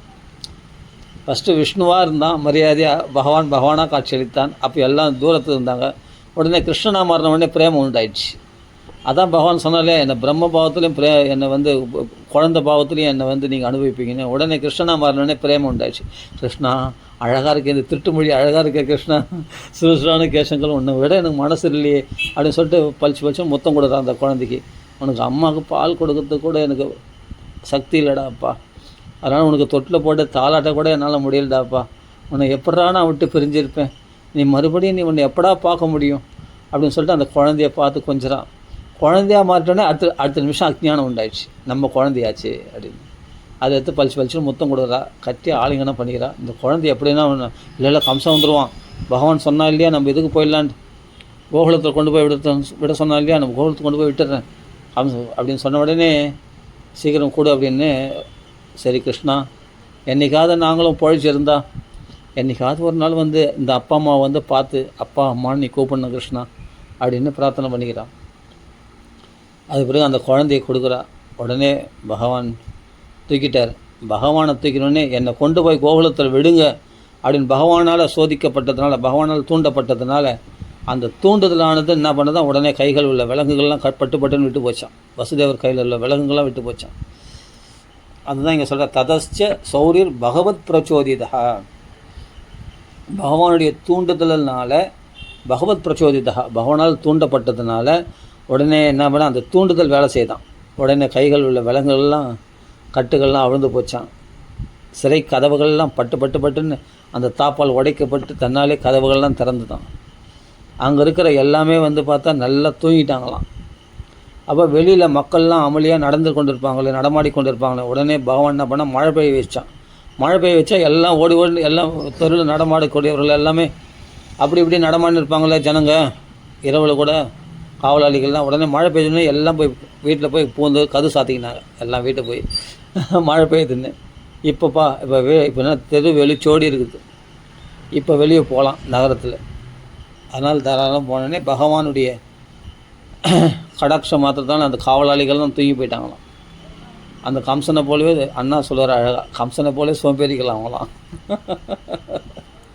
அப்படியேப்பட்ட காவலாளிகளை போட்டுக்கிறாங்களாம். பின்ன நைட் ஷிஃப்ட் செய்த பின்ன தூங்க மாட்டாங்க, சும்மா இவன் சொல்லுவான் அவன் கம்சன் பார்த்துனுக்குறானா ஓடா தூங்கிடலான்னு சொல்லிட்டு 2 பேரும் பத்து தூங்கிடுவாங்க சாஞ்சிக்கிட்டு. அப்படி சிறை கதவுகள்லாம் தன்னாலே திறக்கப்பட்டது. பகவானை என்னைக்கு தூக்கி தலைமலை வைக்கிறியோ அன்றைக்கே உன்னுடைய கட்டுகள்லாம் உடைக்கப்படும், உன்னுடைய தடைகள்லாம் விலகப்படும் அப்படின்னு. தடைகளாக இருக்கக்கூடிய கதவுகள்லாம் திறந்து விடுகிறது, தன்னுடைய விலங்குகளாகிய அந்த கட்டுகள்லாம் அவிழ்க்கப்படுகிறது. உன்னை கட்டி போட்டுக்கிற விஷயங்கள்லாம் கட்டுகள் அவிழ்க்கப்படும் அப்படின்னு அர்த்தம். அந்த வசுதேவர் சிரசு மேலே அந்த குழந்தைய வச்சு போகும்பொழுது அப்போது என்ன பண்ணுறது, அந்த யமுனை ஆனவள் நல்லா பிரவாகமாக ஓடுறான். அவ்வளோ சந்தோஷம். கிருஷ்ணாவதார காலத்தில் அவள் கண்ணங்கரையில் இருப்பாள். செக்க சேவையில் இருக்கிற கங்கை, ஞான கங்கை. இவள் பக்தி யமுனை. இவன் என்ன பண்ணுறா, பகவானுடைய அப்படி வரத்தை பார்த்தோடனே உடனே வவஷபர்ஜன்ய உபம்சுகர்ஜிதா சேஷோ அன்பகாத்து வாரி நிவாரையின் பனைகி. மழையில் நனைய மாட்டாரான்னா, வசுதேவரும் நனையிலையாம், குழந்தைய நனையிலையாம். அந்த கூடையில் தூக்கி போகும்போது ஆதிசேஷன் கொடை பிடிக்கிறாராம். கொடை பிடிச்சுன்னு வரும்போது அந்த யமுனையானவள் வழிவிடுகிறாளாம். 2 பக்கம் 2 சுவர் மாதிரி நின்றுட்டா, கட்டாந்தரையாக மாறி போச்சு அந்த போகிற பாதையானது. அது எப்படி வழிவிட்டதுன்னா, பயானகா வர்த்த சதாகுலா நதி மார்க்கம் ததோ சிந்துரிவஷ்யப்பதேகே. சேதுபந்தனம் பண்ணி ராமருக்கு எப்படி கடலானது வழிவிட்டதோ அது மாதிரி கிருஷ்ணர் போகும்போது வழிவிட்டதான் அந்த யமுனையானவள். அப்போ தன்னுடைய அலைகளால் பகவானுடைய திருவடிகளை தொட்டு தொட்டு போகிறாளாம். அவர் கால் வந்து என்னென்னா கூடையில் தொங்க போட்டுன்னு போகிறார் இல்லையா கிருஷ்ணர், அந்த திருவடிகளை யமுனையானவள் தொட்டு தொட்டு பார்த்து தொட்டு நமஸ்காரம் பண்ணுறாளாம். அந்த அலைகளை லைட்டாக அப்படி தொட்டு தொட்டு சேவிக்கிறாளாம் யமுனையானவள். முராரி காளி காளிமா கலாம வாரிதாரிணி திரிணிகிருத திரிவிஷ்டபா திரிலோக சோகஹாரிணி. அது ரொம்ப அழகாக இருக்கும் அந்த பாட்டு. அது வந்து ஆதிசங்கரர் எழுதின யமுனாஷ்டகத்தில் வருது. அது முராரி காளி காளிமா அப்படின்னு வரும். அது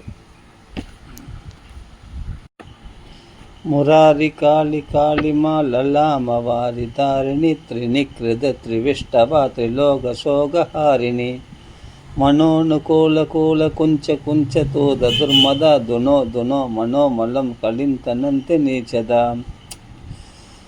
முராரி காளி காளிமா முராரி கால காளிமா லலாம வாரிதாரிணி திரிணிகிருத திரிவிஷ்டபா திரிலோக சோகஹாரிணி மனோனுகூல கூல குஞ்ச குஞ்ச தூத துர்மத துனோ துனோ மனோமலம் கலிந்தனந்தி நீச்சதா.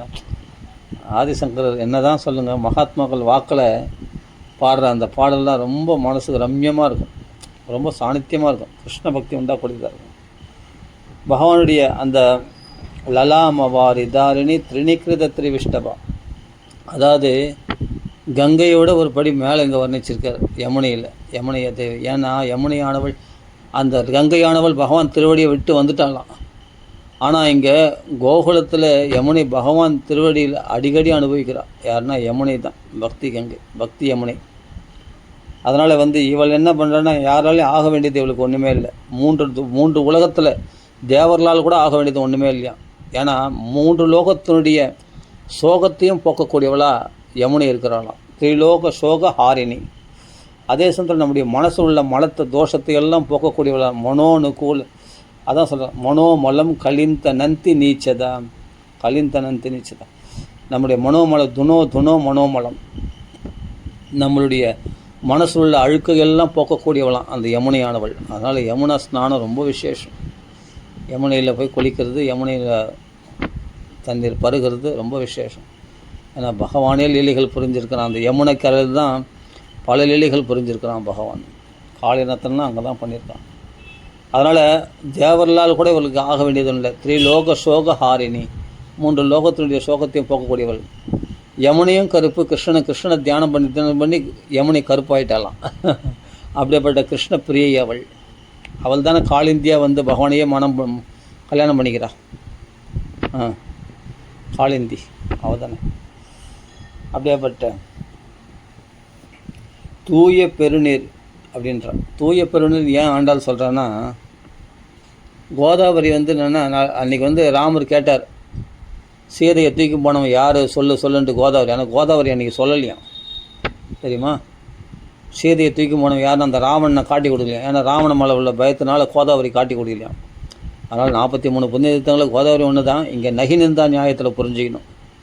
அதனால் தப்பாக எடுத்துக்கூடாது. இங்கே யமுனையினுடைய பெருமையை உயர்த்தத்துக்காக மகான்கள் எப்படி சொல்கிறாங்க. ஆனால் யமுனையானவள் கம்சனுக்கு பயப்படாமல் வழிவிட்டாலாம் கிருஷ்ணர் போகிறதுக்கு, வசுதேவர் போகிறதுக்கு. அதனால் தூய பெருநீர் யமுனை அப்படின்னு ஆண்டாள் பாடுறார். தூய பெருநீர் யமுனை துறைவனை அப்படின்ட்டு கம்சனுக்கு பயப்படாமல் வழிவிட்டதுனால அவனால் தூய பெருநீர் யமுனை அப்படின்றார். அப்படியேப்பட்ட மார்க்கம் ததோ சிந்துரிவ ஸ்ரீயப்பதேகே. அப்படியேப்பட்ட சமுத்திரம் வழிவிட்டது போல் ராமருக்கு யமுனையானவள் வழிவிட்டாலாம் அப்படி சொல்கிறார் அழகாக. தேவலோகம் கூட வேண்டான்றாலாம் யார் யமுனையானவள். ஏன்னா தேவலோகத்துடைய சோகத்தையே போக்கக்கூடியவளாக இருக்கிறாள். ஏன்னா கிருஷ்ண அனுகிரகம் அப்படிப்பட்டவள். கிருஷ்ணனும் கருப்பு, இவளும் கருப்பு தான் சொல்கிறார். முராரி கால காளிமா லலாம வாரி தாரிணி திரிணிகிருத திரிவிஷ்டபா திரிலோக சோகஹாரிணி. அதனால் திரிணிகிருத இந்த 3 லோக செல்வ சௌக்கியங்களையும் ஒரு புல்லுக்கு சமமாக நினச்சாலாம். அதெல்லாம் அனாவசியம். என் கிருஷ்ணனை கிடைச்சிட்ட பிறகு, பகவான் கிடைச்சிட்ட பிறகு மற்றதெல்லாம் அல்பமாக அவளுக்கு நினச்சிட்டாலாம் யமுனையானவள். பகவானே எனக்கு கிடச்சிட்டான், பகவான் என்னுடைய யமுனையில் துள்ளி குதித்து விளையாட போகிறான், அப்போ 3 லோக சௌக்கியங்கள் செல்வ சௌக்கியங்கள் எனக்கு முக்கியமாக அப்படின்னு அதை உதாசீனப்படுத்திட்டாலாம். ஒன்றா அந்த 3 லோகத்தில் உள்ள தேவர்கள் மனுஷர்கள் எல்லாருடைய சோகத்தோன்னா நான் போகிறேன், ஏன்னா எனக்கு மேலே பகவான் இருக்கிறான் அப்படின்ற தைரியத்தில். திரிலோக சோகஹாரிணி. அதனால் எப்படியாப்பட்ட அந்த யமுனை எப்படி புகழ்ந்து பேசியிருக்கார் பாருங்கள் யார், ஆதிசங்கரர். அப்படியே சொல்ல திரிணிகிருத திரிவிஷ்டபா திரிலோக சோகஹாரிணி. மனசுக்கு அனுகூலமாக இருக்கக்கூடிய மனோனுகூல கூல குஞ்ச குஞ்ச தூத துர்மதா துனோ துனோ மனோ மலம் கலிந்தனந்து நீச்சதா. அப்படியேப்பட்ட அந்த யமுனையை நினைச்சாலே மனசுக்கு அனுகூலமாக இருக்கும், மனசுக்கு சந்தோஷமாக இருக்கும். பகவான் விளையாடக்கூடிய அந்த யமுனை துறை, அந்த யமுனை ஆனவள் அப்படிப்பட்ட புகழ் பெற்றவளாக இருக்கின்றாள். சிறந்த பக்தி பகவானுக்கு இல்லையா? அதனால் யமுனையை நினைச்சாலே நம்மளுக்கு புண்ணியம், நம்மளுக்கு பக்தி ஊட்டெடுக்கும். அது பிறகு என்ன பண்ணுறேன், இங்கே பார்த்தா யசோதைக்கு பெண் குழந்தை பிறந்திருக்கு. கோகுலத்தில் பார்த்தா கிருஷ்ணனை தூக்கின்னு போகிறார் இல்லையா? அப்போது அந்த கிருஷ்ணன் தூக்கி போகும்போது ஆதிசேஷன் கொடைபிடிச்சுன்னு வராரு. வரும்போது அந்த இடத்துல நேரம் கோகுலத்துக்குள்ளே போன உடனே பார்த்தா வீடுகள்லாம் திறந்து போட்டு இருக்குதான்.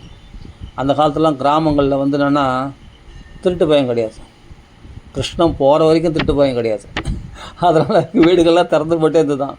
அதனால் இவர் பாட்டுக்கு என்ன பண்ணார், நேராக கிருஷ்ணனுடைய பிரகாசத்தினாலே அந்த இருட்டில் கண்டுபிடிச்சி யசோதை வீட்டில் போகிறார்.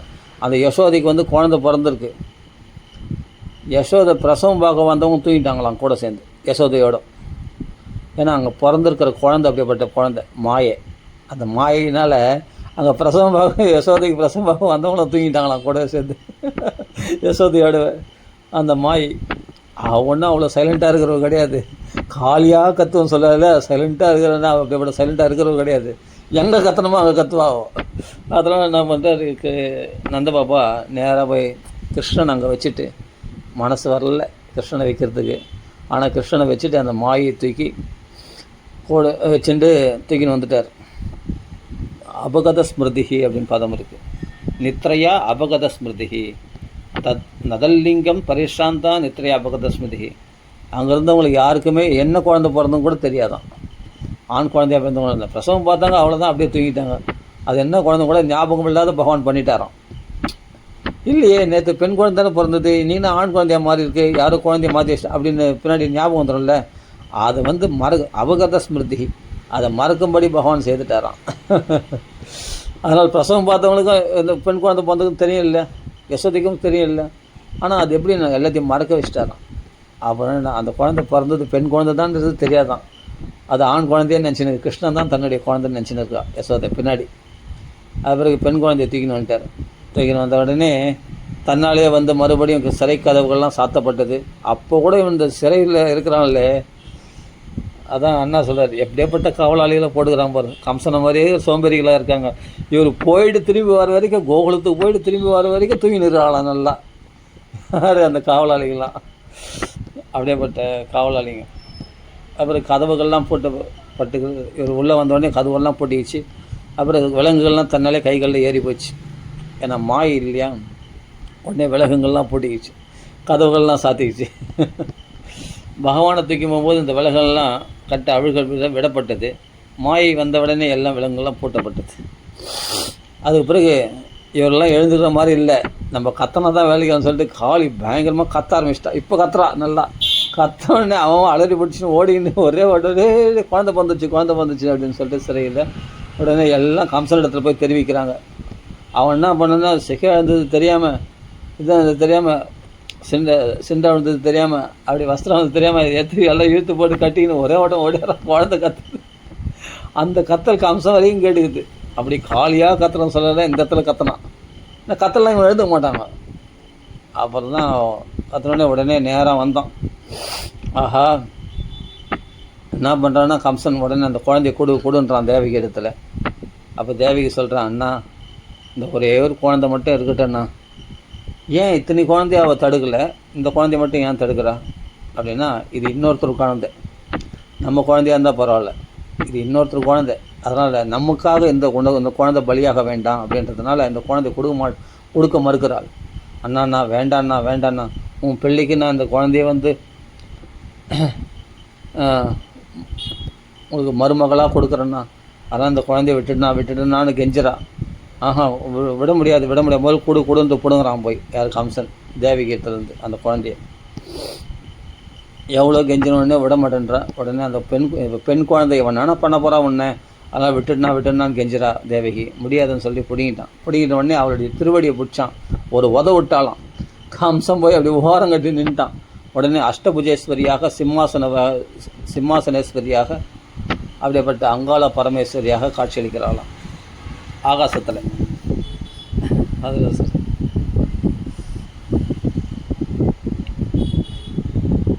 அப்படிப்பட்ட திவ்யசக்க அம்பராளேவ ரத்னாபரண பூஷிதா தனுசூலேஷு சர்மாசி சங்க சக்கர கதாதரா அஷ்டபுஜேஸ்வரியாக சிம்மாசனேஸ்வரியாக அப்படி சிம்ம வாகனத்தில் காட்சியளிக்கிறாளாம். அப்படிப்பட்ட கையில் வில்லும் வாளும் மின்னும் வேலும் சூளம் இவைகளெல்லாம் தங்கை கைகளில் தாங்கி நிற்பாள். சிங்கத்தின் மேல் அவள் வீற்றிருப்பாள். திங்களை முடிமேல் சூடியிருப்பாள். அங்கையர் கரசியும் அவளே அப்படின்னு சொல்லுவாங்க இல்லையா. அப்படிப்பட்ட அவள் வந்து அஷ்டபுஜேஸ்வரியாக சித்த சாரணர்கள் கந்தர்வர்கள் அப்சரசுகள்லாம் அவளை ஸ்தோத்திரம் பண்ணி பூமாரி பொழிந்து அவளை புகழ்கிறார்கள். தேவர்கள்லாம் பூமாரி பொழிகிறாங்க. சித்திரர்கள் சாரணெலாம் அவளை புகழ்ந்து பாடுகிறார்கள், ஆடுகிறார்கள். அப்சரஸ்திரிகள்லாம் அந்த அம்பாள் அவதர காலத்தில் அவள் அஷ்டபுஜேஸ்வரியாக சிம்மாசனேஸ்வரியாக பிரகாசிக்கும் போது இப்படியாப்பட்ட திவ்யமான மாலைகள்லாம் அணிந்திருக்கிறாளாம். ஆடை ஆபரணங்கள்லாம் அணிந்திருக்கிறாளாம். திவ்யசக்க அம்பராலேப ரத்னாபரண பூஷிதா தனு சூலேஷு கைகளை வில்லு ஏந்திருக்கலாம், சூளங்களை ஏந்திருக்கலாம், சர்மம் கத்தி ஏங்கியிருக்கலாம். அதான் வில்லும் வாளும் வேலுடன் சூளமும் தங்க கைகளில் தாங்கி நிற்பாள். சிங்கத்தின் மேல் அவள் வீற்றிருப்பாள். அப்படிப்பட்ட பரமேஸ்வரி தோற்றமளிக்கின்றாள். கிருஷ்ணனுடைய தங்கையாக அவதரித்திருக்கிறாள். சித்த சாரணர்கள்லாம் அவரை ஸ்தோத்திரம் பண்ணி பூ மாறி பொழிகிறார்கள் அவரிடத்துல. அப்போ தான் அவர் சொல்கிறா, கிம் மயா ஹதயாமந்த ஜாத கழு தபாந்த கிருத்து எத்ரக்வாவா பூர்வசத்ரு மா ஹிம்சி கிருபணான்புதாக. இந்த அப்பாவி இந்த தேவிக்கு வசுதேவரை போய் ஹிம்சிக்காதரா அப்பாவி, உன்னை கொல்வதற்காக எங்கேயோ பிறந்து எங்கேயோ வளர்கிறான். அதனால் வந்து நான் இல்லை உன்னை கொல்ல போகிறது, உன்னை கொல்ல போகிறவன் வேற ஒருத்தன் எப்போ அவதரிச்சிட்டான். அதனால் அநியாயமாக இந்த அப்பாவிகளை ஹிம்சை பண்ணாதே அப்படின்னு சொல்லி அவள் பாட்டுக்கு வந்த உடனே பல பூமியில் வந்து மதுரையில் மீனாட்சி, காஞ்சி காமாட்சி, காசி விசாலாட்சி போன்ற பல கோயில்கள் கொண்டவளாக அங்கங்கே வாசம் பண்ண தஞ்சாவூர் மாரியம்மா அப்படி பல கோயில்கள் கொண்டவளாக அங்கங்கே போய் வீட்டிற்கு ஆரம்பிச்சிட்டேன். அங்காள பரமேஸ்வரி அப்படின்னு பெரிய பாலத்து அம்மா அப்படின்னு நிறைய அம்மா இருக்காங்கல்ல. ஆயிரக்கணக்கான கோயில்கள் கொண்டவளாக பூமியில் பல கோயில்கள் கொண்டவளாக வீற்றிருக்கிறாள் திருவேற்காடு மாரியம்மா நம்பாள். அப்போ அவளுக்கு நிறைய வழிபாடுகள்லாம் பக்தர்கள் சமைப்பில் அவங்களுக்கு தேவையான வரங்கள்லாம் அள்ளி வழங்குகிறாள். அப்படிப்பட்ட மகேஸ்வரி அவள் மறைஞ்சிட்டா. கம்சம் கண்ணுக்கு புலப்படாமல் அவள் மறைஞ்சிட்டா. ஆகாசத்தில் மறைஞ்சிட்டு பூலோகத்தில் பல ரூபங்களில் வாசம் பண்ணுறான். பல கோயில்கள் கொண்டவளாக காஞ்சி காமாட்சி, மதுரை மீன், காசி விசாலாட்சின்னு பல கோயில்கள் கொண்டவளாக வாசம் பண்ணுறான். சரி, அது பிறகு பார்த்தா தள்ள அடிச்சுக்கலாம். அட கடவுளே, தெய்வம் கூட போய் சொல்லுதடா.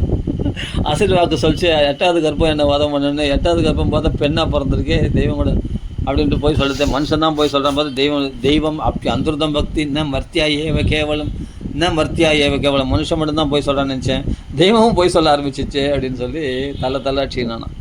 உடனே பார்த்தான் அன்றைக்கி. உடனே தேவகி வசுதேவரை சிறையிலிருந்து விடுவிச்சு அவள் கட்டுக்களை அழுத்து விட்டு அவள் காலில் போய் விழுந்தானோ. யார்? தேவகி காலில். என்னை மன்னிச்சிக்குமா, நான் பண்ணது தப்பு தான். ஐயோ, உன் குழந்தைகள்லாம் நானே கொண்டுட்டேனே, என் தங்கை நான் உனக்கு நான் நிறைய அபராதம் பண்ணிட்டேனே, தப்பு பண்ணிட்டேன்னு வருத்தப்படுறான். ஆனால் அந்த வருத்தம் உண்மையானது கிடையாது. அடுத்த நிமிஷம் சொல்கிறான் ஆத்மாவுக்கு அழிவில்லைன்னு உபதேசம் பண்ணுறான். ஆத்மாவுக்கு அழிவில்லைன்ட்டு இவன் உயிருக்கு ஆபத்து வரும்போது இவன் அதை சொல்லணும். இன்னொருத்தர் குழந்தைங்களை கொண்டுட்டு 6 குழந்தைங்களையும் கொண்டுட்டு ஆத்மாவுக்கு அழிவில்லைன்னு அவங்களுக்கு போய் உபதேசம் பண்ணுறான். இவன் உயிருக்கு பயந்து இருக்கும்போது அந்த ஆத்ம உபதேசம் எங்கே போச்சு? இதுதான் துஷ்டத்தனம். துஷ்டர்கள் இப்படி தான் உபதேசம் பண்ணுவாங்க. தனக்குன்னு வந்தால் வேறு மாதிரி பேசுவாங்க. மற்றவங்களுக்குன்னா ஊருக்கு உபதேசம்னா அப்படியே அட்வைஸ் அள்ளி தடிப்பாங்க. அப்படியே அள்ளி அடிப்பாங்க இவங்கெல்லாம் அட்வைஸில். ஆனால் பார்த்தா தனக்குன்னு வந்தால் அதை ஒன்று கூட கடைப்பிடிக்க மாட்டாங்க. அதுதான் அசத்து. கம்சன் வந்து இவங்களுக்கு ஆத்ம உபதேசம் பண்ணுறான். ஆத்மா அழிவு இல்லைம்மா, அதனால் கவலைப்படாத அப்படின்னு. சரி நான் ஆமாம் நான் நீ சொல்கிறது கரெக்டு தான். சரி அவரை விடுவிச்சிட்டான். அவர் வருத்தப்பட்டுட்டே போயிட்டாங்க வசுதேவ தேவகி. உடனே என்ன பண்ணால் தன்னுடைய துஷ்ட மந்திரிகளை கூட்டி ஆலோசனை பண்ணான். எங்கேயோ பிறந்திருக்கான்னு மட்டும் சொல்லியிருக்கே அந்த பெண் தெய்வம் மகேஸ்வரி சொன்னாலே அது எங்கே பிறந்திருப்பாங்க அப்படின்னு அந்த யோசனை வந்துடுச்சு அவனுக்கு. உடனே துஷ்ட புத்தி வேலை செய்துப்பார். உடனே அந்த துஷ்ட மந்திரிகள்லாம் என்ன பண்ண, அவங்க துஷ்ட மந்திரிகள் என்ன பண்ணுவாங்க, கெட்டதை தான் ஆலோசனமாக சொல்லுவாங்க. யாரோ ஒரு குழந்தை அவனை கொல்ல போதான், அதுக்காக ஊரில் இருக்கிற எல்லா குழந்தையும் கொண்டுடுன்னு சொல்கிறாங்களாம். பிறந்த 10 நாளுக்குள்ளே இருக்கிற எல்லா குழந்தைகளையும் வதம் செய்யும்படி உத்தரவிடுங்கள் மகாராஜா அப்படின்னு துஷ்ட மந்திரிகள் யார், பானாசுரன், சாவணூரன், முஷ்டிகன், போதனை, கேசி, அவன் இவன் எல்லாம் துஷ்ட ராட்சசர்கள், நரகாசுரன், பானாசுரன், இது போல் துஷ்டர்கள்னால் என்ன ஆலோசனை கொடுப்பாங்க? இது மாதிரி ஆலோசனைகள் கொடுக்குறாங்க. நிர்தசாம்ச ஹனிஷ்யாமும் அத்தியவை சிசுன்னு பிறந்த 10 நாளுக்குள்ளே இருக்கிற குழந்தைகள்லாம் கொன்று விடும்படி நகரத்தில் கிராமங்களில் எங்கெங்கெல்லாம் இருக்காங்களோ புறக்கிராம பிரஜாதிஷு அப்படிப்பட்ட பிரஜம்னா கோகுலங்களில் இது போல் பசுக்கள் இருக்கிற இடங்கள்லையும் கிராமங்கள்லையோ புறங்கள்லையோ எங்கெங்கே குழந்தை பிறந்திருக்கோ 10 நாளுக்குள்ளே அந்த குழந்தைகள்லாம் கொன்று விடும்படி உத்தரவிட்டான். என்ன அநியாயம் பாருங்கள். நிறைய குழந்தைகளை கொல்றது. அது குழந்தைகளை கொல்றதுக்கு என்னென்னா நேரடியாக கொல்ல முடியாது, மக்கள் எதிர்ப்பாங்கன்றதுக்காக என்ன பண்ணுறான், போதனையை அனுப்பிச்சான். போதனை என்ன பண்ணால் அழகான ஒரு ஸ்திரீ வேஷம் போட்டுட்டு பால் கொடுத்து அந்த குழந்தைகளை வதம் பண்ணிவிடுவோம். விஷப்பால் கொடுத்து அப்படி.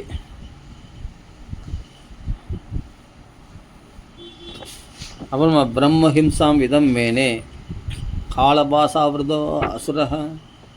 பிராமணர்களை ஹிம்சை பண்ணுறது தான் தனக்கு ஹிதம்னு நினச்சானா. எதனால்னா காலபாசம் கழுத்தில் சுருக்கிட்டு எவ்வளோக்கு எவ்வளோ பிராமணர்களை ஹிம்சை பண்ணுறானோ அவ்வளோக்கு அவ்வளோ ஆயுசு குறைவுன்னு அர்த்தம். எவ்வளோக்கு எவ்வளோ பிராமணர்களை போய் ஹிம்சை பண்ணுறானோ அவளுக்கு அவ்வளோ அல்பாயுசில் போகிறான்னு அர்த்தம். காலபாச ஆவர்தம் அசுரக ஆவர்தா அசுரக. அப்படிப்பட்ட எங்கேயுமே விஷ்ணு வழிபாடுகள் நடக்கக்கூடாது.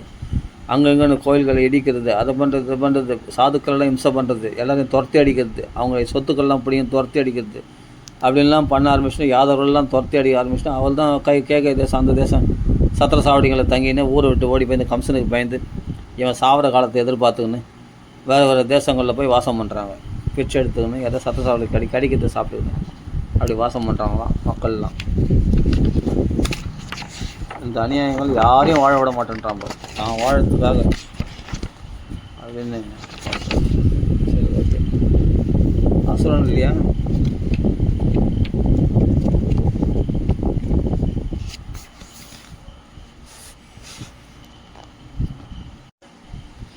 அதுக்கு பிறகு நந்தபாபா வீட்டில் கிருஷ்ணாவதார உற்சவம் சந்தோஷமாக கொண்டாடுறாங்க. பகவானுடைய அவதார காலத்தில் ஒரே சந்தோஷம். அப்படிப்பட்ட நந்தபாபா அந்த குழந்தைகளுக்கு புண்ணியாக வாசனம் செய்து வைக்கிறார் இல்லையா? அந்த குழந்தைக்கு பிறந்த போது பண்ணுவாங்களே பிராமணர்லாம் கூட்டு ஸ்வஸ்தி வாசனம்லாம் பண்ண சொல்லி எல்லாம் பண்ணுவாங்க இல்லையா? அதெல்லாம் பண்ணுறாங்க. அப்படிப்பட்ட வேதத்தியனம் பண்ண பிராமணர்களுக்கெல்லாம் நல்லா ஸ்நானம் பண்ணிட்டு நல்ல அலங்காரங்களோடு அவர்களுக்கெல்லாம் நிறைய தான தர்மங்கள் பண்ணுறார். அப்படிப்பட்ட தங்கத்தை 2 மலையாக குவிச்சு தானம் பண்ணுறாராம். மலையாக தானம் பண்ணுறார். தங்க ரத்னங்கள்லாம் பிராமணர்களுக்கு, பசுக்கள்லாம் தானம் பண்ணுறார்.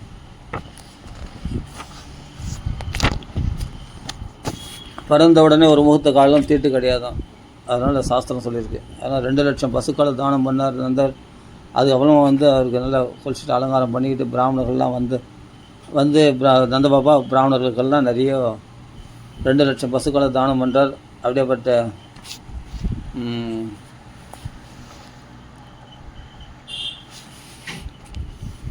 பூமி இது என்னது அந்த தங்கத்தெல்லாம் மலை மலையாக குவிச்சு தங்கத்தெல்லாம் தானம் பண்ணுறாராம்.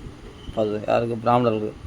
தேனுனாம் நிகிதே பிராதத்தை விப்ரப்பிய சமலம் கிருதே திலாத்திரின் சப்த ரத்னோக சாது கொம்ப அம்பராவிரதான்னு. அப்படி எள்ளு ரத்னங்கள் எல்லாத்தையுமே தானம் பண்ணுறார். அவ்வளோ செல்வ செழிப்பாக இருக்கிறார். அப்போ அவருக்கு கிருஷ்ண அவதாரம் பண்ண கேள்விப்பட்ட உடனே அங்கே இருக்கிற கோகுலவாசிகள்லாம் நந்தபாபாவுக்கு குழந்தை பிறந்திருக்கான் அப்படின்னு சொல்லி ஒரு மாமி சொல்கிறாளாம். நந்தபாபா குழந்தை பிறகு என்ன குழந்தை அப்படின்னு தெரில, என் மாமியார் போயிருக்கா, வந்தால் தெரியும் அப்படின்ட்டு சொல்கிறான். அவளும் ஒருத்தர் உடனே ஓடியாந்தாலாம் ஒருத்தர், ஆம்பளை குழந்தை பிறந்திருக்கான். இன்றைக்கே என்னடா இப்போ பிறந்த குழந்தை மாதிரி இல்லை, எப்போ பிறந்த குழந்தை எங்கேயோ நைட்டாக தூக்கின்னு வந்துட்டாங்க போல இருக்குது. அப்படி இப்போ திட்டுமொழி மொழிக்குது, நல்லா பார்க்குது. அது அப்படிப்பட்ட சுறுசுறான கேசங்கள், நல்லா குண்டாக இருக்குது, சூப்பராக இருக்குது. அந்த குழந்தைய பார்க்கும்போது ஆசையாக இருக்குது. அப்படியா நாங்களும் போய் பார்க்குறோம் சொல்லிட்டு ஆசையாக ஓடியார். எல்லாம் காணிக்கைகள்லாம் எல்லாம் தயிர், பால், வெண்ணெய் இதெல்லாம் எடுத்துன்னு வராங்களாம். மங்கள திரவியங்கள்லாம் அப்படிப்பட்ட மஞ்சள் எல்லாத்தையும், அப்போ குழந்தைக்கு ட்ரெஸ் எல்லாம் மணிகள், ஆபரணங்கள், ஆடைகள்லாம் கொண்டு வராங்களாம். எல்லா கோபிகளும் ஓடுவார் விடுவார் உகந்தளிப்பார் நாடுவார் நம்பிரான் எங்குற்றான் என்பார் ஆடுவார்களும் பல்லரை கொட்டும் நின்று ஆடுவார்களும் ஆயர்பாடியே. அப்படி நின்று ஆடுவார்களும் பல்லரை கொட்டும் நின்று ஆடுவார்களும் ஆயர்பாடியே. அந்த ஆயர்பாடியில் கிருஷ்ணன் அவதரித்த காலத்தில் அப்படி ஓடி வராங்களாம். அப்படி பூக்கள்லாம் நழுவ, புஷ்பங்கள்லாம் தலையில் கூந்தலிருந்து நழுவ, அப்படிப்பட்ட வளையல்கள்லாம் குலுங்க அப்படி ஓடி வராங்களாம். அவர்களெல்லாம் பரிசு பொருட்களை கொண்டு வராங்களாம் கிருஷ்ணாவதார காலத்தில். நெய், தயிர், வெண்ணெய் இதெல்லாம் கொண்டு வராங்களாம், மங்கள திரவியங்கள்.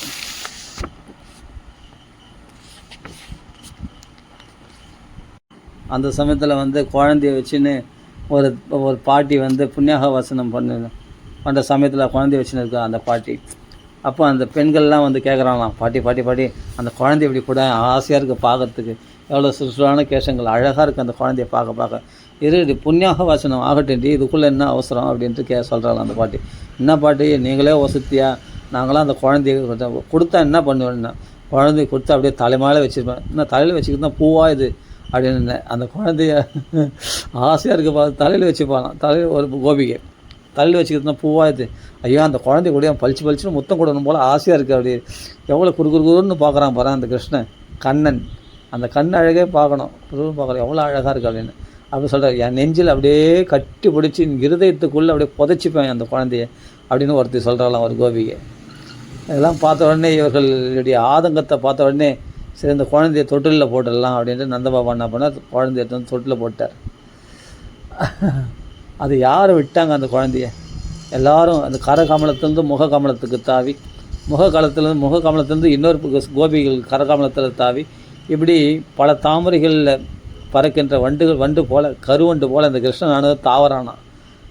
அந்த பெண்கள், அந்த கோபிகளுடைய கைகள்லாம் தாமரை போல் இருக்குதான், அந்த முகமும் தாமரை போல் இருக்குதான் அந்த கோபிகள். அந்த பெண்கள்லாம் நான் கிருஷ்ணனை தூக்கி பளிச்சுன்னு முத்தம் கொடுக்குறாங்க. இந்த கையிலேருந்து இன்னொரு கையில் தாவறான், ஏங்கல் கூட கொஞ்ச நேரம் ஏங்கல் கூட அந்த குழந்தை. அப்போ எவ்வளோ அழகாக பார்க்குறான் பாரு, இப்படி பாரு என்னை ஒழுங்காட்டுறான், இது சிரிக்கிறான் பாரு அப்படின்ட்டு அந்த குழந்தைய வச்சு பளிச்சு முத்தம் கொடுத்து அப்படி கொஞ்சிறாங்க. அப்படியே விளையாடு காட்டுறது, அந்த குழந்தைகளை ஒழுங்காட்டுறது, இது மாதிரி சிரிக்கிறது, அந்த குழந்தைய தாளாட்டுறது, இப்படிலாம் அந்த பெண்கள்லாம் என்னென்னா அதை வில்லுவங்களத்தார் சொல்வார், அந்த கரகமலத்துலேருந்து முககமலத்துக்கு தாவி மறுபடியும் கரகமலத்துக்கு தாவி, அப்படி கோபிகள்லாம் தாமரைகள், ஒரு தாமரை உணர்த்து தாமரைக்கு தாவுகின்ற வண்டு போல், கருவண்டு போல் பகவான் தாவரானாம். அந்த கோபிகள்லாம் அப்படி கொஞ்சிறாங்களாம், இப்படிலாம் வர்ணிக்கிறாங்க. அவர் ஒருத்தர் மேலே ஒருத்தர் தயிர், பால், வெண்ணெய் எல்லாம் வாரி பூசிக்கின்னு அப்படி கோலாகலமாக கொண்டாடி அந்த கிருஷ்ண மகோத்சவத்தை அமக்கலமாக கொண்டாடுறாங்க. தேவர்கள்லாம் பூ மாறி போயிடுறாங்க, கந்தரெல்லாம் பாடுகிறார்கள், அப்சரர்கள்லாம் நர்த்தனம் ஆடுகிறார்கள். இந்த கொண்டாட்டத்தில் தேவரெல்லாம் கலந்து கொண்டார்கள். பூகோலகத்தில் உள்ள நந்தபாபா அப்படி ஒரு நந்த கோகுலவாசிகளும் ஒரே கொண்டாடுறாங்க. எல்லாம் கோலாட்டம் பாடி மிருதங்கள்லாம் வாசித்து மேலத்தாள வாத்தியங்களோட அப்படி ஒரு ஜாலியாக கொண்டாடுறாங்க. பூமியில் எல்லாம் தயிர் வெண்ணெயெல்லாம் ஒருத்தர் மேலே ஒருத்தர் பூசிக்கின்னு அப்படி பாலெல்லாம் ஒருத்தர் மேலே ஒருத்தர் ஊற்றிக்கிட்டு இப்படி கோலாகலமாக கொண்டாடுறாங்க. அந்த நந்தோத்சவம் விசேஷமாக இந்த கோகுலத்தில் நடக்குது.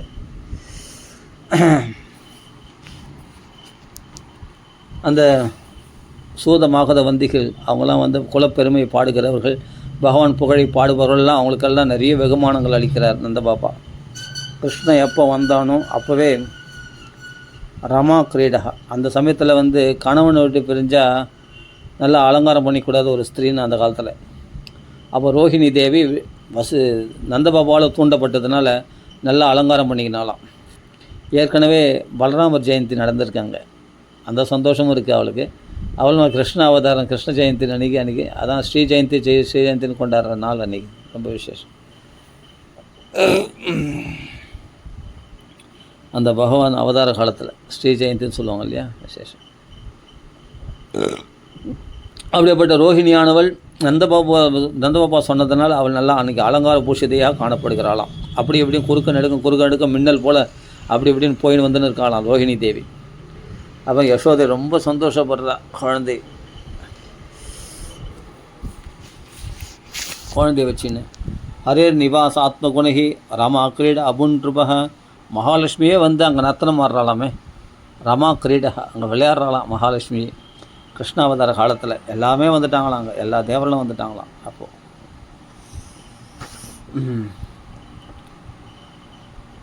எப்போ பகவான் காலை வச்சானோ அந்த இடத்துல அப்போ வந்து அவங்க லக்ஷ்மி கடாட்சம், அங்கே நல்லா செல்வ செழிப்பு. அந்த கோகுல வாசிகளுக்கு நல்லா மாடலும் நல்லா பால் கறக்குது, வள்ளல் பெரும் பசுக்கள், நல்லா செல்வ செழிப்பாக இருக்குது, நல்லா விளைச்சல் நல்லா விளையிறது, எல்லா சந்தோஷமும் உண்டாகுது அங்கே பகவான் அவதார காலத்தில். அப்புறம் வந்து கோபாக பரஸ்பரம் ஹிருஷ்டாக ததிக்ஷீர கிருதாம்புபுகி, நெய் நீர் தண்ணீர்லாம் ஒருத்தர் தெளிச்சிக்கிறாங்களாம், அப்படியே வெண்ணெல்லாம் பூசிக்கிறாங்களாம். ஆசிஞ்சதோ விளிம்பந்தோ நவநீதஸ்ட சிக்ஷுபுகு, அப்படி கூத்தாடினாரெல்லாம் ஆடி பாடி கொண்டாடினாங்களாம், ஒருத்தர் வெண்ணெய் பூசினாங்களாம். எப்படியெல்லாம் கோலாகலமாக கொண்டாடுறாங்க. அதை சுகதமாக வந்திப்பியோ அஞ்சே வித்யோபஜீவினகா, வித்தையினால் ஜீவிக்கிற அத்தனை பேருக்கும் நிறைய தான தர்மங்கள் பண்ணாரா நந்தபாபா. இதெல்லாம் சொல்கிறாங்க. திருப்தியாக இருந்தது, இதெல்லாம் நினைக்கும் போதே ஆசையாக இருக்குது. அந்த இடத்துல வந்து ததா ஆரோப்பிய நந்தஸ்ய விரஜகா சர்வ சம்பிருத்திமான, பகவான் எப்போ இருந்து அங்கே காலை வச்சானோ அந்த இடத்துல சர்வ சம்பிருத்திகளும் ஹரேர் நிவாச ஆத்மகுணகி ரமா கிரீடா அபுன்ருபா, அந்த மகாலட்சுமியை வாசம் பண்ணக்கூடிய இடமாயிடுச்சான். அது அவ்வளோ செல்வ செழிப்பாக இருக்குது அந்த இடத்துல. அது பிறகு வந்து கம்சனுக்கு வந்து இந்த கோலாகலம்லாம் முடிஞ்ச நந்தோத்சவம் முடிஞ்ச உடனே, பகவான் அவதாரம் இந்த கோலாகலம்லாம் முடிஞ்ச உடனே, அவதார உற்சவங்கள்லாம் முடிஞ்ச உடனே நந்தபாபா என்ன பண்ணார், உடனே கம்சனுக்கு கப்பம் கட்டுறதுக்காக அவர் வந்து மதுரா நகரத்துக்கு போயிட்டார். போகும்பொழுது இந்த கம்சன் என்ன பண்ணால் எல்லா குழந்தைகளும் கொல்றதுக்கு உத்தரவிடுறது யார் போதனையை வந்து தூண்டி விட்டான். போதனை இடத்துல உத்தரவிட்டு எல்லா குழந்தைகளும் கொல்லும்படி அனுப்பி வச்சுட்டான். அவள் கிராமங்கள் நகரங்கள் என்ன 10 நாளைக்குள்ளே பிறந்த குழந்தைகள்லாம் பால் கொடுத்து சாகடிச்சுனே வரான். பகவானுக்கு செம்ம கோபம். அப்படி இருக்கும்போது இவன் என்ன பண்ணுறா, கம்சேன பிரகிதா கோரா பூதனா பாலகாதினி சுசும்சகார நிக்னந்தி புறக்கிராம பிரஜாதிஷு பிரஜ ஜனங்கள் உள்ள குழந்தைகள், கிராமத்தில் பிறந்த குழந்தைகள், புறங்களில் பிறந்த குழந்தைகள் எல்லாரையும் கொண்டுட்டே வராகும். சா கேசயர் யோகதோபேத்திய பூதனா நந்தகோகுலம் யோஷித்வா மாயா ஆத்மானம் பிராவிஷத் காமச்சாரிணி, நினைத்த ரூபங்களை எடுக்கக்கூடியவளாம். அவள் ராட்சசி தானே அவள் போதனை.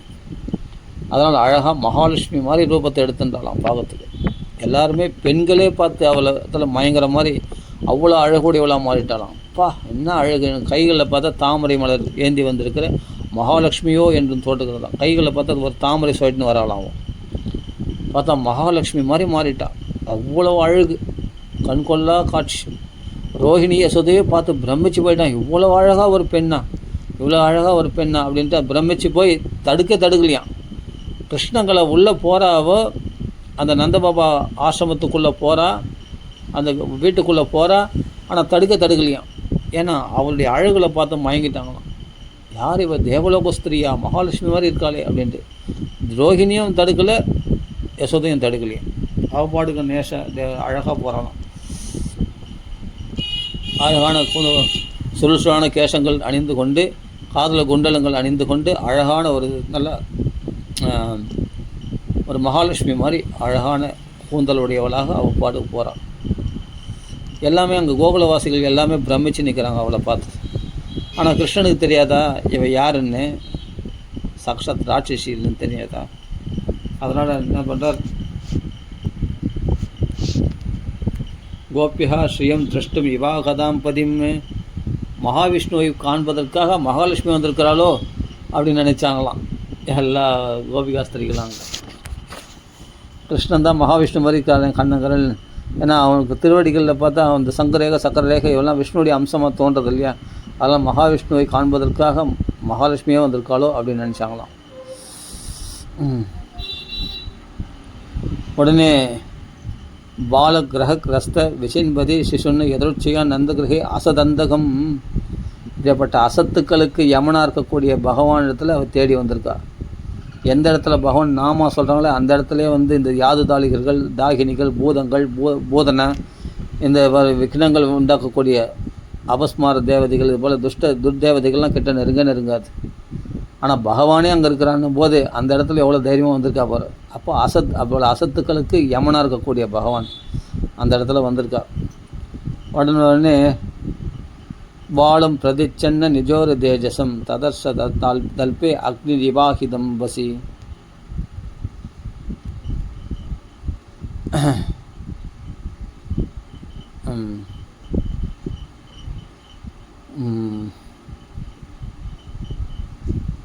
விபுத்தியதாம் பாலகம் ஆரிகாக்கிரகம் சராச்சராத்மா ச நிமிலிதேக்ஷண அனந்தம் ஆரோபயத் அங்கமந்தகம் யதோரகம் சுப்தம் அபுத்தி ரஜ்ஜுதீஹி.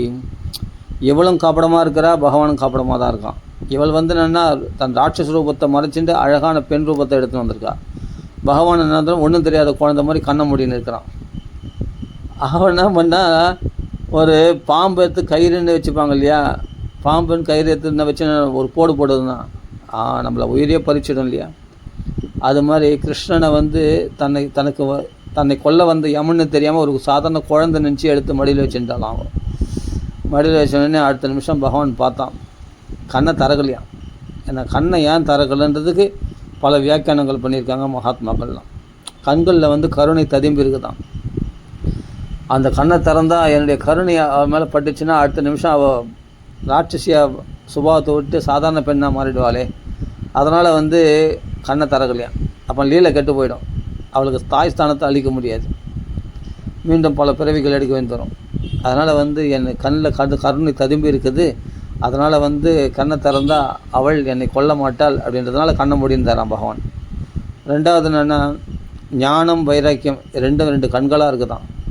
அப்படி நான் கண்ணை திறந்து பார்த்தேன்னா அவளுக்கு ஞான வைராக்கியம் உண்டாயிடுச்சுன்னா அவளும் அவருக்கு புத்திசாலி ஆகிடுவாளே. அப்போ என்னை கொல்லணுன்ற புத்தி வராது, அவளுக்கு ஞானம் உண்டாயிடுவேன். பரம்பிரம்மம் பரமாத்மா இவன் அப்படின்ற எண்ணம் உண்டாயிடுச்சுன்னா அவளை வணங்கிடுவாள் இல்லையா?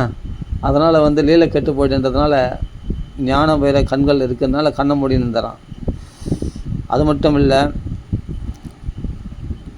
இவள் போன அவதாரத்தில் தான் ஒரு முதல்ல தாடகையை வதம் பண்ணி அக்கௌண்ட் ஓப்பன் பண்ணேன். முதல்ல ஸ்திரீ வதம். இந்த அவதாரத்தில் ஒரு ஸ்திரீ வதமா அப்படின்ட்டு பகவான் கண்ணை மூடி யோசிக்கிறானா. அதனால் கண்களை மூடின்னு இருந்து தான் அப்படி சில வியாக்கியானக்காரர்கள். அப்புறம் தான் சொல்கிறாங்க, எவ்வளோ என்னென்னா நம்மளுக்கு என்ன பாலுக்கு குறைச்சல் நினச்சின்னா இங்கே வந்தேன் நான், எனக்கு திருப்பார்கடலே சொந்தமாக இருக்குது. ஆனால் இங்கே பார்த்தா பால் கொடுப்பாங்க, பார்த்தா இங்கே விஷப்பாலை கொடுக்கறதுக்கு ஒரு தாய் வந்திருக்காளே அப்படின்னு நினச்சி கண்களில் யோசிக்கிறாளாம். கண்களை முடின்னு யோசிக்கிறாராம் பகவான். ஆனால் பாலுக்கு இல்லைன்னா வந்தேன் நான், எனக்கு யாருன்னா பால் இல்லை, எனக்கு வசதி இல்லை அப்படின்னு வந்தேன் நான் இந்த பூலகத்தில். திருப்பார்கடலே சொந்தமாக இருக்குது. ஆனால் இங்கே பார்த்தா என்னென்னா விஷப்பாலை கொடுக்க வந்திருக்காளே அப்படின்னு யோசிக்கிறாராம் பகவான். அது மட்டும் இல்லை, பூர்வ விற்த்தாந்தத்தை நினச்சி பார்க்குறா. இவ யாருன்னா கர்க்க சமயத்தில் சொல்லப்பட்டிருக்கு. இவ யாருன்னா ரத்னமாலான்னு ஒரு பெண். யாருன்னா பலி சக்கரவர்த்தியினுடைய பெண் இவள். அப்போது பகவான் வாமன ரூபத்தில் போன போது இந்த வாமனரை பார்த்து ஆசைப்பட்டாலாம். யார்? ரத்னமாலா. இது மாதிரி குழந்தை பிறந்தால் எனக்கு நான் தீராட்டி பாராட்டி பால் கொடுத்து வளர்ப்பனே அப்படின்னு நினச்சாலாம்.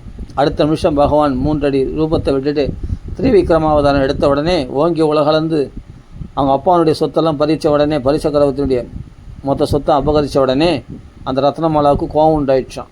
சே, இப்படியாப்பட்ட குழந்தை எனக்கு வேணும்னு நினச்சினேன், இப்படியாப்பட்ட குழந்தை வந்தால் நான் விஷப்பாலை கொடுத்து நான் சாகடிச்சிடுவேன் அப்படின்னு நினச்சாலாம். இந்த 2 விஷயத்தையும் நிறைவேற்றத்துக்காக தான் பகவான் கிருஷ்ணாவதாரம் பண்ணானா. அந்த ரத்னமாலை தான் இப்போ போதகியாக வந்திருக்கா அடுத்த பிறவியில். அதனால் அவருடைய ஆசை நிறைவேற்றணுக்காக குழந்தையாக பால் கொடுன்னு ஆசைப்பட்டா, அதனால் குழந்தையாக மடியில் ஏறிட்டார் பகவான். அதே சமயம் விஷப்பாலை கொடுன்னு ஆசைப்பட்டா, அதனால் விஷப்பாலும் கொடுக்க போகிறான். பகவான் அவருடைய ஆசை நிறைவேற்றுறானா. அதனால் அவருடைய அவதாரத்தை பகவான் நினச்சி பார்க்குறான். அதுக்கப்புறமா அதனால் கண்களை மூடி நின்றானா. நிமிலிதேக்ஷணக சராச்சராத்மாச நிமிலிதேக்ஷணக.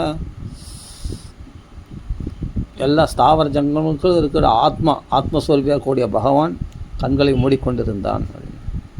அது மட்டும் இல்லை, விஷத்தை சாப்பிட்டு யாருன்னா உயிரோடு வந்திருக்காங்களா? விஷப்பாலை கொடுக்குறாரு உயிரோடு ஒன்று. ஆலாகால விஷத்தை சாப்பிட்ட சிவபெருமான் உயிரோடு வந்திருக்கார் இல்லையா, அமரனாக இருக்கிறார் இல்லையா, அவரை தியானம் பண்ணுறாராம் கண்களை மூடிக்கொண்டு. அந்த டெக்னிக் எப்படி நீங்கள் விஷம் சாப்பிட்டு உயிரோடு இருக்கீங்களோ அந்த டெக்னிக் எனக்கு ட்ரான்ஸ்ஃபர் பண்ணுங்கள் அப்படின்ட்டு பிரார்த்தனை அப்படின்னு தியானம் பண்ணி சிவன்களை ஐடியா கேட்குறாராம். அதனால் கண்களை மூடிக்கொண்டு இருந்தாராம் கிருஷ்ணர். அதான் சராச்சராத்மாச நிமிலி தக்ஷணக. அது மட்டும் இல்லை, இன்னும் பல காரணங்கள் சொல்கிறாங்க. கண்களில் பார்த்தா சூரியன், ஒரு கண்ணில் சூரியன் ஒரு கண்ணில் சந்திரன் இருக்கிறான். அந்த சந்திரன் சூரியன் பேசிக்கிறாங்களாம். இது என்ன அநியாயம் இது? அன்போட பாலை கொடுக்கக்கூடிய கோபிகள்லாம் இருக்க போது அவங்களுக்கெல்லாம் மோட்சத்தை உடனே கொடுக்க போகிறதில்ல, பின்னாடி தான் கொடுக்க போகிறார். ஆனால் அந்த போதனை வந்து விஷப்பாலை கொடுத்த உடனே அவளுக்கு மோட்சம் கொடுக்க போகிறாரு, அவளுக்கு தாய் ஸ்தானத்தை கொடுக்க போகிறாரு. தாத்ரி வச்சு தான் இந்த அநியாயத்தை நம்ம பார்க்கக்கூடாதுன்னு சொல்லிட்டு 2 பேரும் கண்ணை விட்டு விலகிட்டாங்களாம், அந்த சந்திரனும் சூரியனும். கோபிகள்லாம் பால் கொடுத்து வளர்க்க போகிறான், அவங்களுக்கெல்லாம் பின்னாடி தான் மோட்சம். ஆனால் போதனைக்கு உடனே மோட்சம் கொடுக்க போகிறான். இது என்ன அநியாயம் பண்ணுறவங்களுக்கு உடனே மோட்சமா? அவளை தாய் பதவி கொடுக்க போகிறானே, தாத்ரி வச்சு தான் தாய் ஸ்தானத்தை கொடுக்க போகிறானே அப்படின்னு சந்திரனும் சூரியனும் பேசிக்கினாங்களாம். பேசிக்கிட்டு என்ன பண்ணால் கண்களை விட்டு விலகி போயிட்டாங்களாம். அதனால் கண்களை மூடிக்கிச்சான் 2 கண்களும், சந்திரன் சூரியன். இப்படி ஒரு சில காரணங்கள் சொல்கிறாங்க.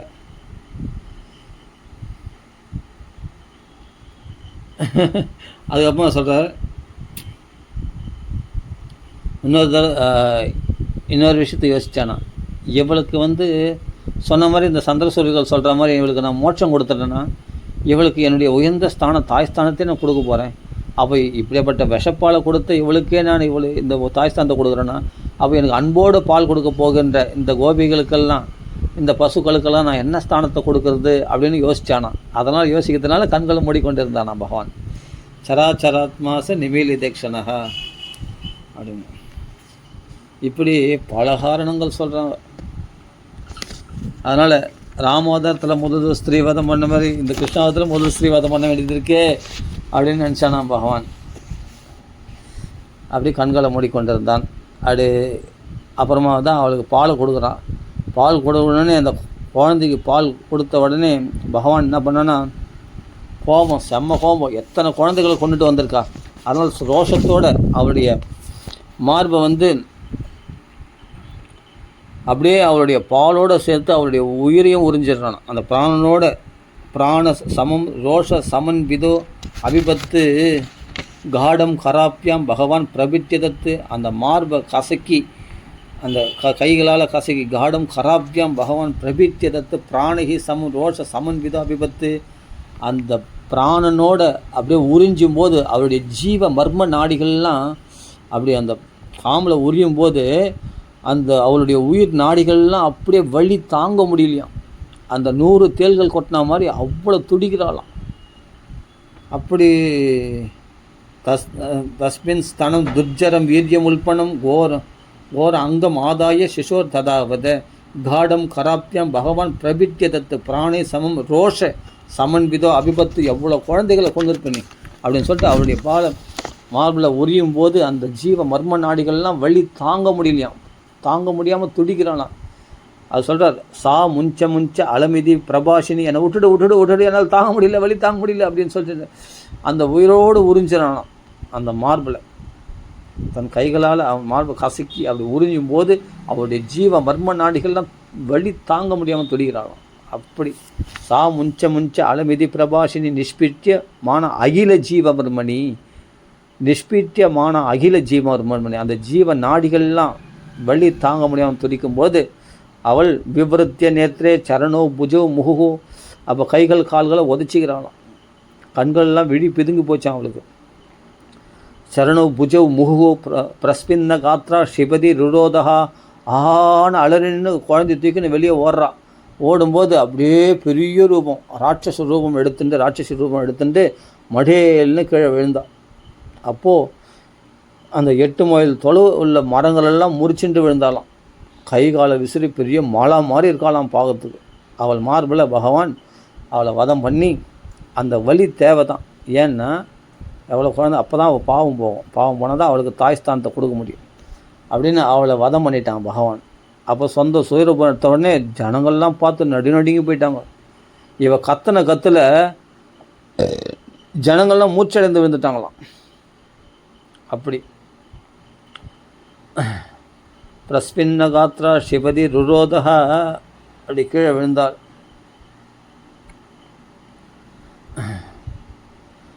நிசாச்சரித்தம் व्यदितस्तनाभ्यसुर व्याधाय केशं चरणो भुजावपि प्रसार्य गोष्ठे निजरूपमास्तिदा वज्रा हदो वृत्र इवा वदन्रुपः.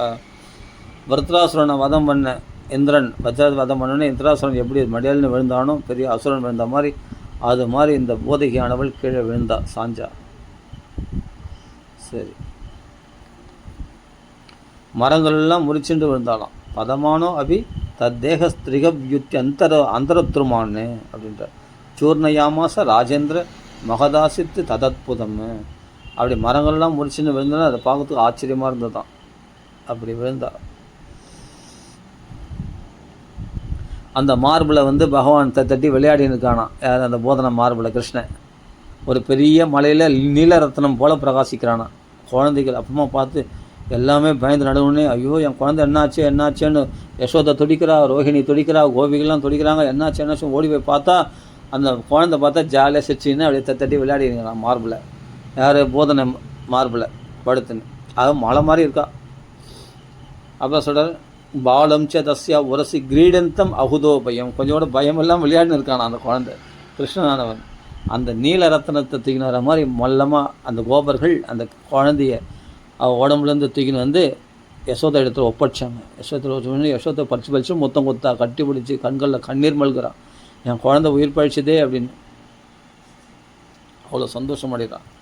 கோபியஸ்தூர்ணம் சமப்பியத்திய ஜகுர்ஹுர் ஜாத சம்பிரமாக. எடுத்த உடனே கிருஷ்ணனை வந்து என்ன பண்ண, அந்த கோபம், அதாவது ஏதோ தோஷம் பட்டு போச்சு, எந்த கிரகங்களுடைய தோஷங்களோ தெரியலையோ, இல்லை ஏதாவது யாருன்னா துஷ்ட கிரகங்களுடைய தோஷமா, ஏதாவது பூத பிரேத பிசாசங்களால் வந்த தோஷமா அப்படின்னு தெரிஞ்சுக்கிட்டு அப்படின்னு நினச்சிக்கிட்டு என்ன பண்ணுறான், உடனே அந்த தோஷம் நீங்கிறதுக்கு உடனே என்னன்னா கோமூத்திரத்தினால குளிப்பாட்டுவாங்க. இவனா அண்டாம் ஃபுல்லாக ஒரு கோமூத்திரத்தை பிடிச்சி தோச்சு எடுக்கிறாங்களாம் கிருஷ்ணனை. அந்த கோமூத்திரத்தினால என்னென்னா தோஷம் நிவர்த்தி ஆகட்டுன்னு அப்படி கோமூத்திரத்தினால. யசோதா ரோஹிணி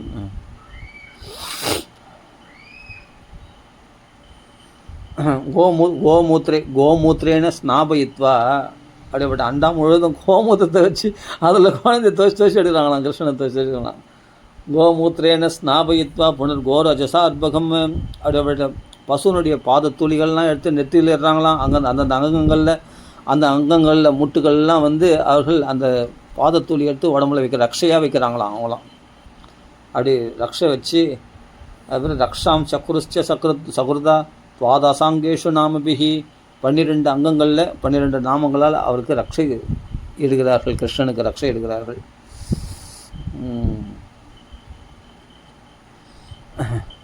அவ்யா தஜோ அங்கிரி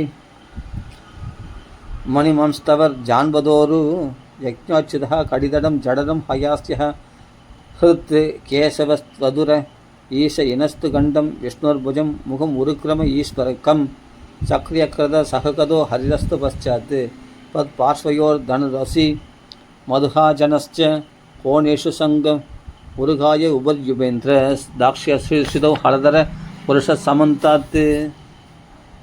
அதாவது பாதத்திலிருந்து கேச பரியந்தம் பகவானுக்கு அங்கங்களில் ரக்ஷை எடுக்கிறாரெலாம். இந்த விஷ்ணு பால ஸ்தோத்திரம்னு ரொம்ப முக்கியம். இது குழந்தைகளுக்கெல்லாம் இந்த மந்திரங்கள் இந்த ஸ்தோத்திரம் சொல்லி ரக்ஷயிட்டம்னு சொன்னால் அந்த குழந்தைகள் பாதுகாப்பாக இருக்கும் அப்படின்னு சொல்லுவாங்க.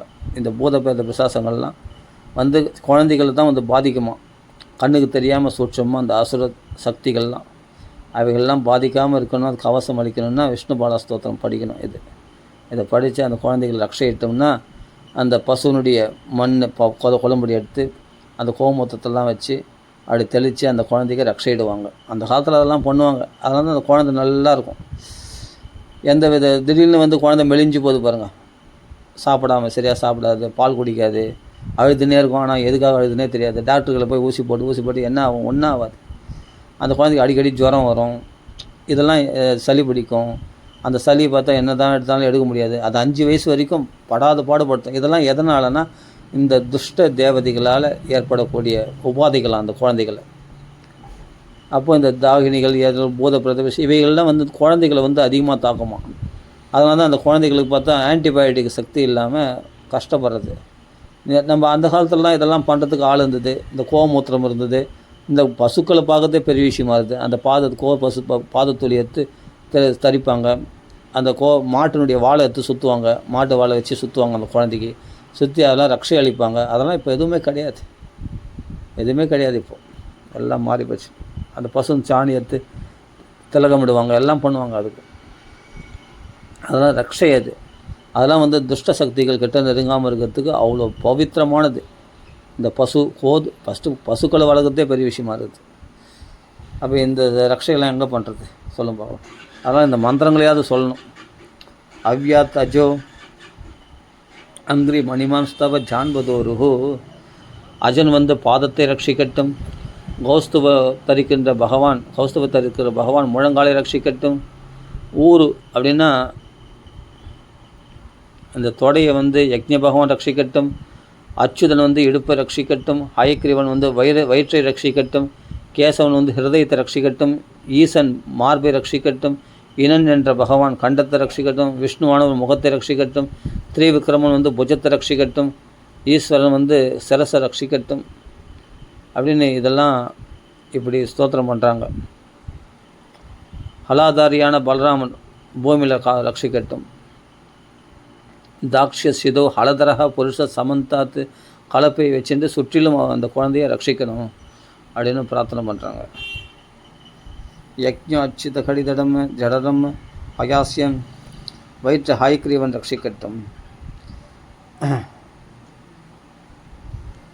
கௌஸ்துவ மணி தரித்திருக்கின்ற பகவான் முழங்காலை ரட்சிக்கட்டும் அப்படின்லாம் சொல்லியிருக்கு. இதில் அவ்யா தஜோ அங்கிரி மணிமாம் ஸ்தவ ஜான்பத ஊரு யக்ஞோ அச்சுதா. அப்படிப்பட்ட ஊருன்னா தொடைய யக்ஞ பகவான் ரட்சிக்கட்டும். அச்சுத கடிதடம் இடுப்பை வந்து அச்சுதன் ரட்சிக்கட்டும். கடிதடம் ஜடனம் ஹயாசியம் ஹயக்ரீவ பகவான் ஜடனம் வைத்த ரட்சிக்கட்டும். ஹிருத் கேசவக இருதயத்தை வந்து கேசவன் ரட்சிக்கட்டும் அப்படின்னு. கேசவ தத் உதுர ஈஷா ஈஸ்வரன் வந்து மார்பு ரட்சிக்கட்டும். உருக்கு ஈஸ்வர உதுர ஈஷா இனஸ்து கண்டம் இனஸ்து கண்டம் அப்படின்னா இனன் என்ற பகவான் வந்து கண்டத்தை ரட்சிக்கட்டும். விஷ்ணு வந்து விஷ்ணு புஜங்களை கைகளை ரட்சிக்கட்டும். முகத்தை வந்து உருக்கிரம முகம் உருக்கிரமகா ஈஸ்வர கம் ஆகாசத்தை சிரசை வந்து ஈஸ்வரன் ரட்சிக்கட்டும் அப்படின்னு சொல்கிறது. சக்கரி அக்ரதா சககதோகம் சக்கரபாணியானவர் பகவான் வந்து முன்னாடி இருந்து ரட்சிக்கட்டும். சககதம் கதையை தரித்து கொண்டிருக்கிற பகவான் வந்து பின்னாடி இருந்து ரட்சிக்கட்டும். சககதோ ஹரிரஸ்து பశ్చాத்து தனுஷை தரித்து கொண்டிருக்கிற பகவான் வந்து தனுஷை கத்தி தரிக்கிற பகவான் வந்து இரு பக்கங்களிலிருந்து ரட்சிக்கட்டும். தத் பார்ஷயோர் தனுரசி மதுகா ஜனஸ்ச கோணேஷு சங்கம் உருகாய உபரியுபேந்திரக. சங்குபாணியை கோணங்களில் வந்து எல்லா கோணங்களிலும் சங்குபாணி ரட்சிக்கட்டும். ஆகாசத்தில் உருகாயன் பகவான் ரட்சிக்கட்டும். உபேந்திரனாகிய உருகாயன் ஆகாசத்தில் ரட்சிக்கட்டும் அப்படின்னு சொல்கிறப்பட ஹலதரையாகி ஹலதரன் அதாவது கலப்பை தரித்து கொண்டிருக்கிற பகவான் சுத்த ஹலதாரியான பலராமன் பூமி ரட்சிக்கட்டும், கலப்பை தரித்து கொண்டிருக்கிற பலராமரை வந்து சுத்தி வர ரட்சிக்கட்டும் அப்படின்னு. ஹலதரக புருஷ சமந்தாத்து அப்படின்றார். இந்திரியங்களை இது ஹிருஷிகேஷன் ரட்சிக்கட்டும், பிராணனை நாராயணன் காப்பாற்றட்டும், ஸ்வேதத்வீபிக்கு பதியாகிய பகவான் சித்தத்தை ரட்சிக்கட்டும், மனசை வந்து யோகேஸ்வரன் ரட்சிக்கட்டும், பிரஷ்னிகற்பன் வந்து புத்தியை ரட்சிக்கட்டும், ஆத்மா வந்து பகவான் பரமேஸ்வரன் ரட்சிக்கட்டும், விளையாடும் போது கோவிந்தன் ரட்சிக்கட்டும், படுத்து கொண்டிருக்கும் போது மாதவன் ரட்சிக்கட்டும், நடக்கும்போது வைகுண்டன் ரட்சிக்கட்டும், உட்கார்ந்து கொண்டு இருக்கும்போது ஸ்ரீயபதி ரட்சிக்கட்டும் அப்படின்னு, சாப்பிடும்போது யக்ஞபுக்கு ரட்சிக்கட்டும், எல்லா கிரகங்களுடைய பயங்கரத்திலிருந்து பகவான் ரட்சிக்கட்டும், யக்ஞபுக்கு ரட்சிக்கட்டும். அது மாதிரி டாகினிகள், யாதுதானிகள், கூஷ்மாண்டர்கள், அற்பக கிரகங்கள், அதுமாதிரி சின்ன சின்ன கிரகங்கள், கிரக தேவதைகள், துஷ்ட கிரகங்கள், அப்புறம் பூத பிரேத பிசாசுங்கள், யக்ஷரக்ஷோ விநாயகர்கள், கோடரா, ரேவதி, ஜேஷ்டா, பூதனா, மாத்ருகா போன்ற துஷ்ட தேவதைகள், மாத்ருகாதைய, உன்மாதம் தேவதைகள், அபஸ்மார தேவதைகள், இதெல்லாம் தேகங்களை, பிராணன்களை, அதே சமயத்தில் இந்திரியங்களை துன்பத்தை கொடுக்கக்கூடியவைகள். இந்த துர்கிரகங்கள்லாம் இந்த துர்தேவதைகளிலிருந்து, துஷ்ட கிரகங்களிலிருந்து பகவானுடைய நாமங்கள் ரட்சிக்கணும். சொப்னத்தில் குழந்தைகள் திடீர்னு அலறணும் பார்த்தா, சொப்னத்தில் கெட்ட கிரகங்கள்லாம் வந்து கெட்ட கனவுகளை உண்டாகணுமா. ஸ்வப்ன திரஷ்டா மகோத்பாதா விரத்தா பால கிரகாஸ்தியே, அப்படியே வயசான கோலத்தில் அப்படியே ஒரு கிழமை மாதிரி வந்து பயமுறுத்தும் அந்த குழந்தைய. விரத்த பாலகா குழந்தை ரூபத்தில் வந்து பயமுறுத்தும், ஒரு குழந்தைகள் பேய் மாதிரி வந்து பயமுறுத்தும். இது மாதிரி கிரகங்கள்லாம் வந்து பயமுறுத்தி அந்த குழந்தையை அழகழிக்க செய்யுமா. அதுதான் திடீர்னு அழகு குழந்தெல்லாம் கஷ்டப்படுறது. விரத்த பால கிரகாஸ்தியே சர்வே நஷ்யந்து தே விஷ்ணு நாம கிரகண பீரவா, பகவானுடைய நாமங்களால் எல்லாம் பயந்து ஓடட்டும், அவைகள்லாம் இருக்கடம் தெரியாமல் ஓடட்டும். கிரகண பீரவ அப்படின்னு இந்த விஷ்ணு பாலா ஸ்தோத்திரம் ரொம்ப விசேஷம். இதை நம்ம விளக்கமாகவே சொல்லியாச்சு, டைம் ஆச்சு, அதை நம்ம பூர்த்தி பண்ணுவோம். ஸ்லோகம் படிக்கலையே, அர்த்தம் மட்டும் சொல்லிட்டோம். இந்திரியாணி ரிஷிகேஷா பிராண நாராயணோ அவது ஸ்வேதத்வீப பதிச்சித்தம் மனோ யோகேஸ்வர அவது பிரஷ்னிகர்பஸ்து தே புத்திம் ஆத்மானம் பகவான் பரஹ கிரீடந்தம் பாது கோவிந்தா சயானம் பாது மாதவ விரஜந்தம் அவ்யாத்த வைகுண்ட ஆசீனம் துவாம் ஸ்ரீயப்பதி புஞ்சானம் யஜ்ஞபுக்கு பாதுகோ சர்வகிரக பயங்கர ராகின்யோ யாதுதான்யஸ்ச கூஷ்மாண்ட ஏ அற்பகிரக பூதபிரேத பிசாச்சாஸ்த யக்ஷரக்ஷோ விநாயக கோடரா ரேவதி ஜேஷ்டா பூதனா மாத்ருகாதய உன்மாத ஏ ஹ்யபஸ்மாரா தேக பிராணந்தரி துருக ஸ்வப்னதிருஷ்டா மகோத்பாதா விருத்தபால கிரகாஸ்சயே சர்வே நஷ்யந்தி தே விஷ்ணோஹோ நாம கிரகண பீரவ அப்படின்னு இப்படி பகவானுக்கு ரக்ஷை அளிக்கிறார்கள். ரக்ஷை அளித்த முடிஞ்ச உடனே அதுக்கு பிறகு நந்தபாபா வரார். நந்தபாபா வந்த உடனே பார்த்த உடனே என்ன எல்லாம் ஜனங்களாம் ஒரே அமளியாக இருக்குது, இதெல்லாம் கத்தின்னு இருக்காங்க, என்ன பேசின்னு இருக்காங்க, என்ன ஊரெலாம் ஒரே அமளியாக இருக்குது அப்படின்ட்டு பார்த்தா இந்த கோகுலத்தில் பார்த்தா அப்போது எல்லாம் சொல்கிறாங்க, இந்த போதனை பார்த்தா பெருசாக படுத்து கிடக்குறா மலை மாதிரி. அப்போ நந்தபாபா இடத்துல எல்லாம் சொல்கிறாங்க, இது மாதிரி ஒரு ராட்சசி வந்து குழந்தைய தூக்கின்னு போயிட்டா, தூக்கி பால் கொடுத்தா விஷப்பால். ஆனால் பார்த்தா குழந்தை நல்ல காலம் நாராயணன், நீ கும்பிட்ட நாராயணன் தான் காப்பாற்றினான், பகவான் ரட்சித்தான், தேவரெல்லாம் ரட்சித்தார்கள், அதனால தான் உன் குழந்தை காப்பாற்றப்பட்டது அப்படின்னு சொல்லி உடனே நந்தபாபா ஓடி போய் கிருஷ்ணனை கட்டி பிடிச்சி பளிச்சுன்னு மொத்தம் கொடுத்து, என் குழந்தை உயிரோட பழிச்சானே, நான் கும்பிட்ட தெய்வம் தான் என்னை காப்பாற்றிச்சு, என் குழந்தைய காப்பாற்றிச்சு. பிறகு குழந்தை சிரிக்கிறான், அந்த தெய்வமே நான் தான், கும்பிட்ட தெய்வம் காப்பாற்றிச்சான், என்னை காப்பாற்றுறதுக்கு வேறு ஒருத்தர் ஓணுமா, நாராயணன், அந்த நாராயணனே நான் தான். சரின்னு சொல்லிட்டு பகவான் சிரிச்சுட்டு இருக்கிறான், பளிச்சுன்னு கொஞ்சறான், பளிச்சுன்னு மொத்தம் கொடுக்குறாரு அவர், அப்படி கொஞ்சம் இருக்கார். அது பிறகு அந்த போதனையுடைய உடம்பை வந்து துண்டு துண்டாக வெட்டி எடுத்துன்னு போய் அவர் சரீரத்தை எரிக்கிறாங்க. எரிச்சா சரி பணநாத்தான் அடிக்கன்னு சொல்லுவாங்க, ஆனால் இவர்கள் பார்த்து சரின்னு சொல்லிட்டு அந்த பணத்தை எரிச்சு திரும்பி பார்க்கக்கூடாது. ஆனால் பார்த்தா திடீர்னு பார்த்தா அகில் வாசனை, அப்படிப்பட்ட சாம்பிராணி வாசனை, நல்ல கமகமோன்னு ஒரு திவ்ய வாசனை அடிக்குதான். ஆஹா, இது என்ன ஆச்சரியம் அப்படின்னு எல்லா கோகுல வாசலும் ஆச்சரியப்பட்டுன்னு போனாங்களாம். இவள் எரித்த உடனே தேகத்துல நல்லா தெய்வீக வாசனை அடிக்குது அப்படின்னு ஆச்சரியப்பட்டுன்னு போனாங்க. பூதனா லோக பாலக்னி ராட்சசி ருத்ர பச்சை ரத்தம் குடிக்கக்கூடியவள் போதனை. லோகபாலக்னி, உலகத்துள்ள குழந்தைகளை கொன்றவள்ளவள். ஜிகாம்சையாபி ஹரையே ஸ்தனம் தத்வ ஆப சத்கதிமே. ஆனால் பகவானுக்கு பால் கொடுத்ததுனால அவள் பாத்தியா பரிசுத்தே, சுகாச்சார சொல்கிறார், பாத்தியா பரிசுத்தே, பச்சை ரத்தம் குடிக்கக்கூடியவள், உலகத்து குழந்தைகள் கொண்டவள். அவள் கூட பகவானுக்கு பால் கொடுத்ததுனால அவள் உத்தம. அதுவும் விஷப்பாலை கொடுத்தா, ஏதோ ஒரு பால், ஆனால் பகவானுக்கு கொடுக்கணும்னு நினச்சா இல்லை, அந்த கொடுத்தா இல்லையா, பகவானுடைய ஸ்பர்சம் பட்டது பற்றியா, அதனாலே அவள் உத்தம கதி அடைஞ்சாலே. அப்போது கொல்ல வேண்டும் என்ற எண்ணத்தோடு கொடுத்த பால் கொடுத்து அவளுக்கே தாய் ஸ்தானத்தை கொடுத்துருக்கான் பகவான். அப்போது அன்போடு ஸ்ரத்தையோடு நம்பிக்கையோடு பகவானுக்கு அன்போடு யாருன்னா பால் கொடுத்தாங்க, யாருன்னா பகவானுக்கு நைவேத்தியம் பண்ணால் அவர்கள் எந்த கதியை அடைய மாட்டாங்க, யோசிச்சுப்பார் அப்படின்னு இங்கே சுகாச்சாரியா சொல்கிறார். கிம் புனகா சத்தையா பக்தியா கிருஷ்ணா, பக்தியோடு கிருஷ்ணனுக்கு, பரமாத்மாவாகிய கிருஷ்ணனுக்கு சத்தையோடு யார் கொடுக்குறாங்களோ அவர்களுக்கு என்ன கிடைக்காது. கொல்ல வேண்டும் என்ற நோக்கத்தோடு கொடுத்த போதனைக்கே தாய் ஸ்தானத்தை கொடுத்தான்னா அப்படிப்பட்ட பக்தர்களுக்கு, பக்தியோடு கொடுக்கின்ற பக்தர்களுக்கு பகவான் என்ன கொடுக்க மாட்டான். கிம் புனக சத்தையா பக்தியா கிருஷ்ணாய பரமாத்மனே யஸ்சன் பிரியதமம் கிம் ரக்தா தன்மாதரோ யதா. அப்படிப்பட்ட அவளுக்கு தாய் ஸ்தானத்தை அளிச்சானான். தன்மாதரோ யதா பக்தியாம் பக்த ஹிருதிஸ்தாபியாம் வந்தியாபியாம் லோகவந்திதைஹி அங்கம் யஸ்யா சம் ஆக்கிரமிய பகவான் அபிபத்து ஸ்தனம். குழந்தையை தூக்கணும்னு நினச்சாலாம், உடனே இவனே கால் வச்சு ஏறிட்டானா மடிமலை. இவள் மடிமலை தன் பாதங்கள் பதிய அவள் மடிமலை ஏறி பால் குடிச்சிருக்கானே அப்படின்ற. பக்தியாம் பக்த, எந்த பக்தருடைய ஹிருதயத்தில் ஸ்தாபிக்கப்பட்ட அந்த பாத பல்லவம் இவளுடைய மடியில் ஸ்தாபிக்கப்பட்டதோ அப்படிப்பட்ட பக்த ஹிருதிஸ்தாபியாம் வந்தியாபியாம் லோகவந்திதைஹி, எந்த திருவடி கமலங்களை உலகங்கள்லாம் வணங்குறதோ, தேவரெல்லாம் போற்றி புகழ்கிறார்களோ, ரிஷிகள்லாம் யோகிகள்லாம் ஹிருதயத்தில் தியானம் பண்ணுறாங்களோ, அந்த திருவடி கமலங்கள் இவர் மார்பில் வச்சு அந்த மார்பில் இவள் மேலே ஏறி அந்த திருவடிகளால் ஏறி அவள் ஸ்தனத்தை பால் குடிச்சிருக்கான்னா இவருக்கு என்ன எப்படிப்பட்ட பாக்கியம் பெற்றவள். அந்த திருவடிகள் பதிக்க பெற்ற அவளுடைய உடல் எப்படிப்பட்ட பாக்கியம் பெற்றது யோசிச்சுப்பார் அப்படின்னு சொல்கிறார். அங்கம் யஸ்யா சம ஆக்கிரமிய பகவான் அபிபத் ஸ்தனம். இவருடைய தன்னுடைய அந்த திருவடிகளால் ஏறி அவள் மார்பில் உட்காந்து பால் குடிச்சிருக்கானே அப்படின்ற. யாது தானியபி சா சுவர்க்கம், யாது தானி ஆகிய அவள் சுகம் அவாப ஜனனி கதியும், தாய்ஸ்தானத்தை அடைந்து விட்டாள்.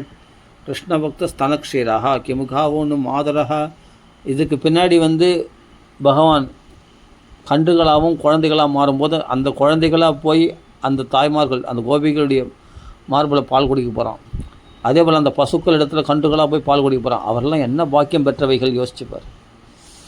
அப்போ கிருஷ்ணனுக்கு பால் கொடுத்த அந்த பெண்களும் இந்த கோகுல ஸ்திரீகளும் அந்த பசுக்கள்லாம் என்ன பாக்கியம் பண்ணியிருக்கு பாருங்கள் அப்படின்னு சொல்கிறார். கிருஷ்ண புக்த ஸ்தனக்ஷீரா கிமுகாவோன்னு மாதரக. அவளுக்கெல்லாம் மாதாஸ்தானத்துக்கு கிடைக்காதா? கோல பிருந்தாவனத்தில் ஆனந்தமாக இருப்பாங்களே. சரி, அதனால் யார் தாசம் அவிரதம் கிருஷ்ணே குர்வதீனம் சுதேக்ஷணம், யார் குழந்தையாக நினச்சி யார் கிருஷ்ணத்தில் பக்தி பண்ணுறாங்களோ அவங்களுக்கு இன்னப்புன கல்பந்தே ராஜ்யன்னு சம்சாரம் அஜ்ஞான சம்பவ, அஜ்ஞானத்துக்கு இருப்பிடமான இந்த சம்சாரம் மறுபடியும் அவங்களுக்கு ஏற்படாது அப்படின்னு சொல்கிறார். இந்த போதனா மோட்சம் ரொம்ப அருமையான முதல் இந்த எந்த ஃபாஸ்ட்டாக சொன்னாலும் இந்த போதனா மோட்சம் மட்டும் சொல்லாமல் போக மாட்டாங்க உபன்யாசம் பண்ணுறவங்க.